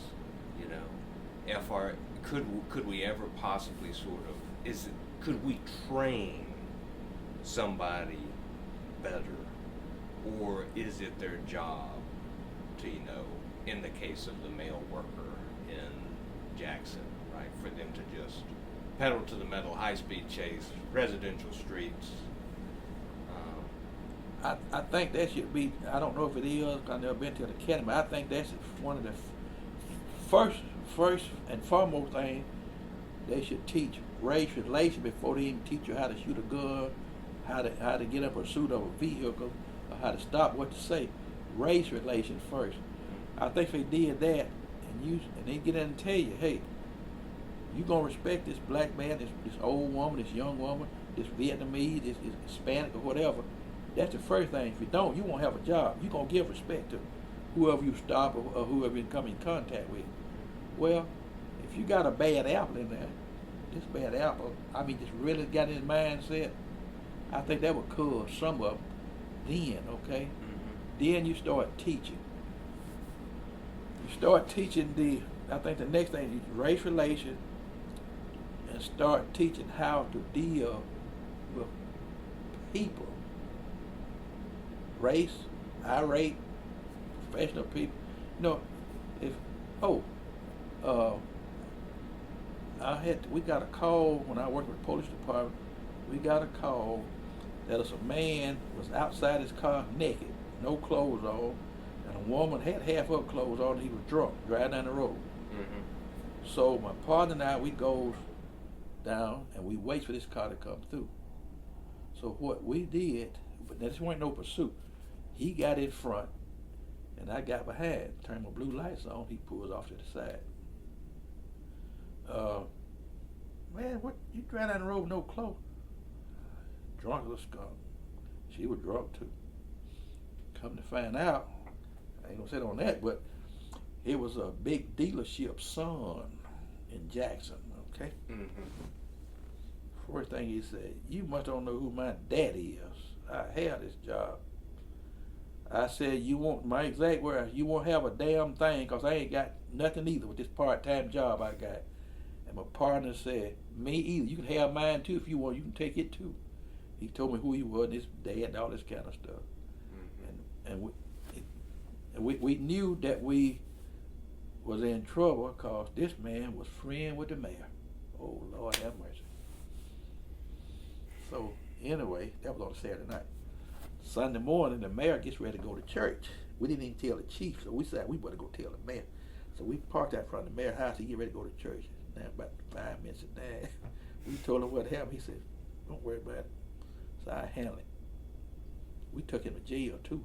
Now then he get up in jail. He got mail. He gonna whoop all the jailers and everybody else. So they didn't whoop him, but they had to kind of like put the handcuffs on us. Look, son. They slapped him a couple of times. Hey, you ain't gonna come up and do this up in this jail up here, at Rank County Jail. And anyway, I think he served a little time out. I think 30 days in jail to get his attention. You know, but it makes no difference who you stop, who you are. Everybody should be treated equally. Now they ain't got nothing to do with race. Yeah. No matter whatever you did, okay. Yeah. When you get up behind a car and in a hot pursuit, that just an accident waiting to happen. That's just a death waiting to happen down the road, because 80, 90, 100 miles an hour, you might be trained to drive a car 80, 90, 100 miles an hour, but this guy you in pursuit is not, and he gonna hurt somebody. Okay, yeah. And I think, getting back to police, I think if they just because I'm hiding minded, you gonna get beat sometime. Okay, you gonna get outrun sometime. You ain't gonna catch your criminal all the time. You ain't gonna always find who killed somebody, a murderer. You ain't gonna always find who raped. You ain't gonna always find it. I mean, that's such a powerful statement, right? Because I think what we receive in the media and everything else is that cops are sort of programmed to like monomaniacal, Yes, that's sort it. of like Yeah. do the thing, capture the thing, Yeah. and it can drive people to It will. coerce false confessions It will. and Yep. Right. Yep. like just lie Yep. blatantly. Yeah. Right. And when the story of the sort of big wig driving without his Yeah. clothes Yeah. on, Oh, drunk, yeah. while drunk, it brings to mind sort of what critics of the criminal justice system see as, like a rich person always getting by, but a poor person, no matter what, sort of getting. If you got money, even in 2022, if you got money, money got one color, green, okay, and silver, and bronze, or whatever you want, copper. But green is the color, okay. If you got money, you can get out just about anything. If you can't get out of it, it'll get reduced sentences. Yeah. Okay. Right. Yeah, I mean, I was talking to Governor Bill Waller. Yep. His son. Yep. Actually spoke. I interviewed him yesterday. Yeah. And he was saying that, the plea deals, right? That someone with no money and maybe a Yeah. cut rate attorney will just Yep. sort of take Yeah. in the first place. That can really be a. That's the way it works. Yeah, I mean, so is law enforcement sort of outside of that system? Do they plug into it? What do you think? Law enforcement has a program of its own. If they stop me going up the road doing 80 and they stop you, in my heart I feel that both of us gonna get a ticket. Okay? Yeah. Don't worry about the race. But I feel if, and I'm just using him in a Phil Brandt, former governor, Tate Reed's son gets stopped. Oh, you Tate Reed's son? Slow it down. Thank you, officer. Is that right? No, it ain't right. We violated the same law at the same. I'm just saying, if that happened, I know it happens. Same speed, okay? Yeah. He gonna drive on down there, slow it down. Thank you. 80 miles an hour again. Yeah. You and I are gonna drive 50 then, But that's it's been like that. It's gonna forever. I think America was founded upon who knowing who. Okay, Christopher Columbus discovered America. Okay, you're a history man. I'm not going to get into that because you're going to correct me. No. Christopher Columbus discovered America, right? How can I discover the impeller when the impeller was made years ago? Okay, when Christopher Columbus, we always say when Christopher Columbus got out the fishing boat, we used to laugh about that. When he got out the fishing boat, somebody was already over here. Yeah, I don't know if it was a black man, I don't know if it was an Indian, I don't know white, but somebody was over here, right? Now we had a history teachers tell us that don't worry about who was over here. As long as somebody was over here, Christopher Columbus did not discover America. And oh Lord, I done heard that all my life, So. Was that in college or high school? When did High you- school, and I heard it in college too, Yeah. And I used to listen to that. I said, who care about who discovered them? I'm just glad I'm in America. But that's what they said. Christopher Columbus did not discover America. Yeah. But no matter what, America is here, and that was wrong. Whatever happened, and I look at seriously. I look at the black race. The black race has come a mighty long. We still got a long way to go. But you look at the Indians, where they get put. I don't know why. I mean, I'm not into that. But they on the reservation.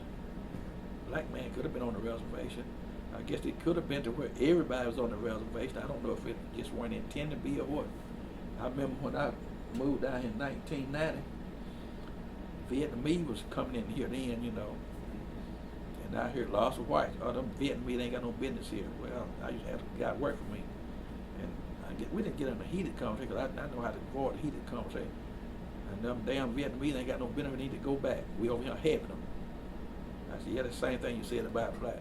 Well, I didn't say that about black, but, and that's what I said, that's right, don't worry about the but part of it, I said, I ain't got no business over in America either, that kind of stuff, And I guess, as far as I'm concerned, Vietnamese got just as much right to be over in America, but as I am, long he footing his bills like me, paying his bills. I know we helped him, but see, in God's eye, it's something different off that subject. In God's eye, somewhere down the line, America gonna be blessed. We hadn't already been blessed for taking Vietnamese over here and helping them get started. Okay, there's some Vietnamese got some nice home, nice car, and big old boat yachts. Okay, I done been in some of them home, and man, and my motto is, I'm not gonna work hard as some of them Vietnamese. I don't care what. I ain't gonna work that hard. Them poor women out there in them shrimp, peeling them shrimp out there on them ship boats. I ain't gonna do that. Now, if I wanted to have a house, a 10-car garage, I would do that. Okay. Yeah. If I wanted to have a 3-story house, I would do that. If I want to have 5 Lexus parked, I would do that. I don't want no 5 Lexus. That's just not my ambition. So my ambition is to have just what I got, then I'm happy. Yeah, I mean, I'm struck you sort of painted the American dream in some ways, and how people who may have been written out of it at one point or another get written back in. Yeah. And then sort of the reciprocal expectation, right? You said that, the United States would be blessed later for... If they hadn't already. Right.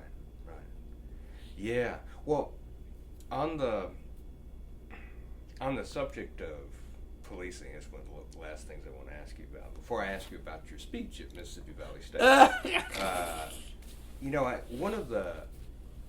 one of the things that people working in politics today will say is that we should spend less on law enforcement, right? That we should take the tax dollars and we should appropriate fewer of them to sort of policing and give them towards other things like healthcare, schools, roads and bridges, infrastructure, public health. Do you have any opinion? Have you heard that? Or yeah, I hear it all the time. Yeah. My opinion is, I think they need to give the money where it's needed and what it's needed for. Mm-hmm. If you did that, you wouldn't have any problem. If you need money, if you got 5 kids, you need money to buy kids shoes, they need shoes. You don't need to take the money and give it to a family down the street don't have anything. I mean, your kid got to have something too. So what you got to do, you got to support where the needs are. Police departments, I say law enforcement, need more training. They need more. This is amazing. They need weapons like the thugs got, or the drug lords got. You go out there and Old Spring Police go out there with a Uzi, M16, like that drug head got down there. That's just like fighting a bear in the wood with a switch. How you gonna fight a bear and you got a switch and he got these claws? Okay.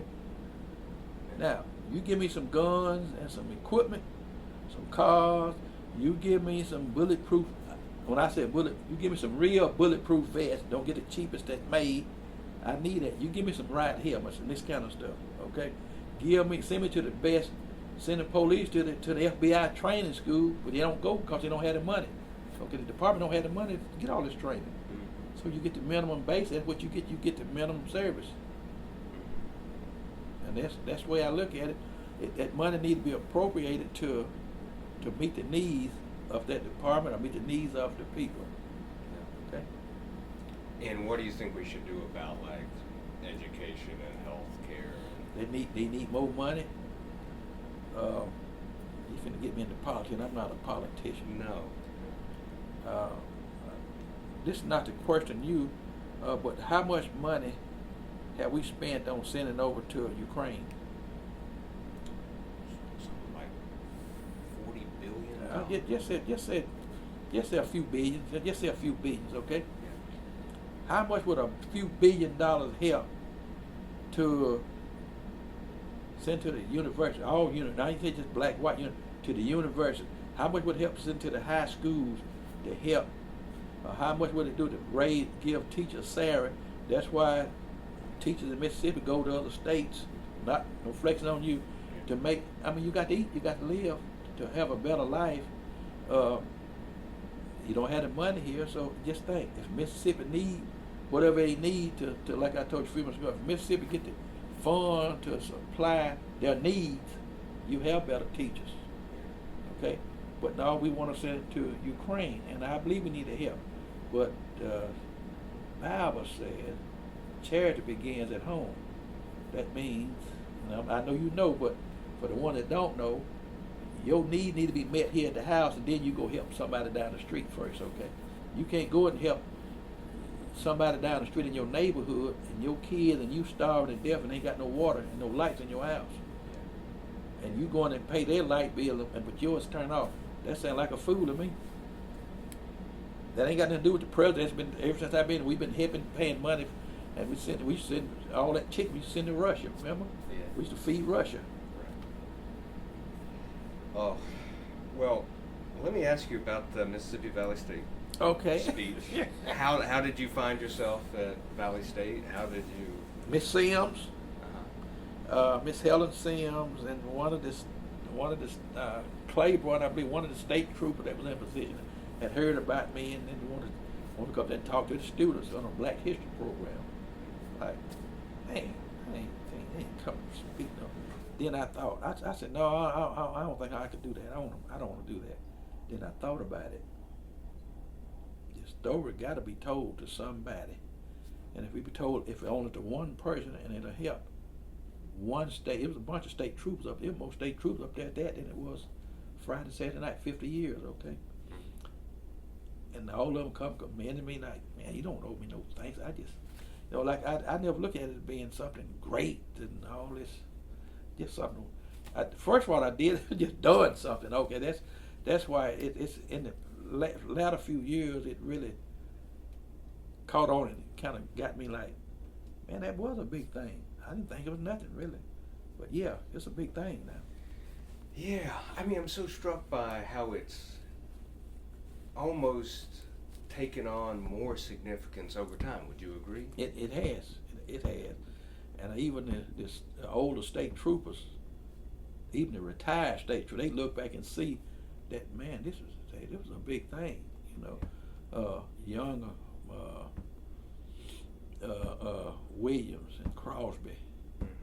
They was on detail to carry and escort the body of Fannie Lou Hamer. Right. Like, what? And they look back at that, man, and that's a big thing. These young black state troopers, half of you had to make it younger, Crosby and Williams, and who are that? Yeah. 2 black women on the highway patrol force. I don't remember them. I ain't never heard of that before. No, I thought we just went down there and applied for a job and got hired. Got a job. Yeah. I mean, it really is. It's the difference, from Jim Crow and not, right? Yeah. From the expectation right, yeah. that any person of color could ever Right. have a legal authority over. And the kid at Alcorn, at Valley State, they took it well. They kid that day. Like shocking awe, man. Like, what? How big was the crowd? It was a big crowd there. It was a big crowd. Yeah. Real good crowd. I also spoke at Tougaloo College too. Same speech. They just changed some stuff around. Did the same thing, and they like, they never heard of Jerome, man. They ain't never heard nobody file no suit against the highway. But first of all, I know they like, you didn't marry the white folks back in them days, okay? That's something you just didn't do.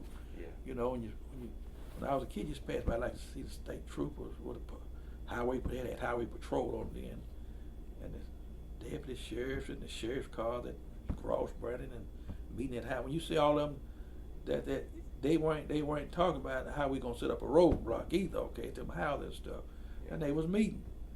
And my granddad used to tell me that, well, they meeting who asked they gonna get next. That's what he used to say. Yeah.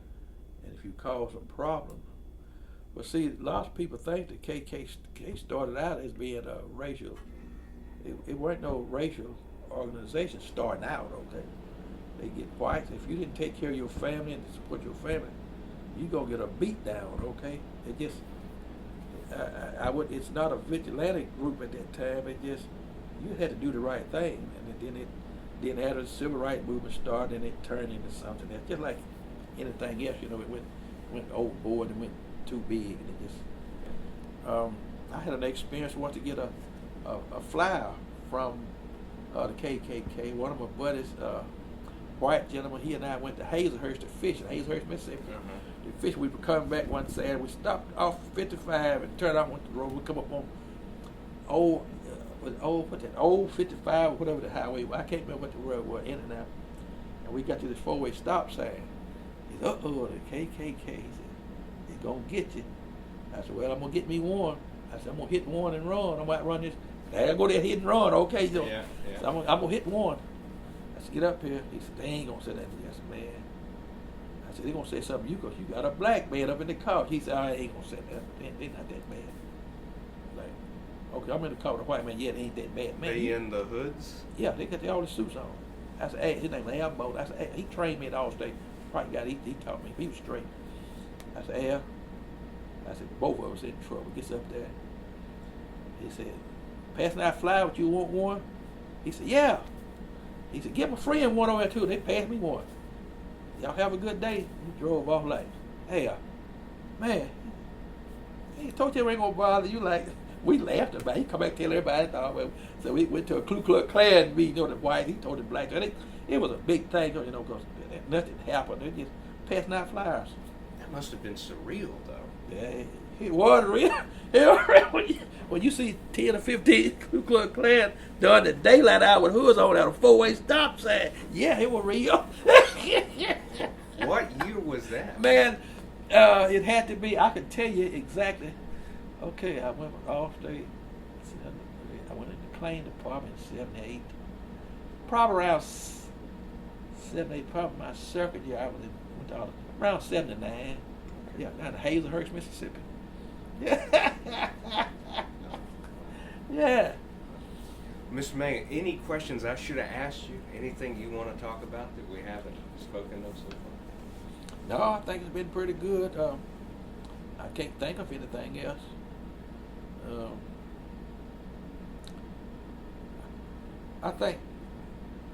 I really think the word need to get out, not only just about this highway patrol, but anything that was significant that brought the race together. I think this highway patrol did brought race together.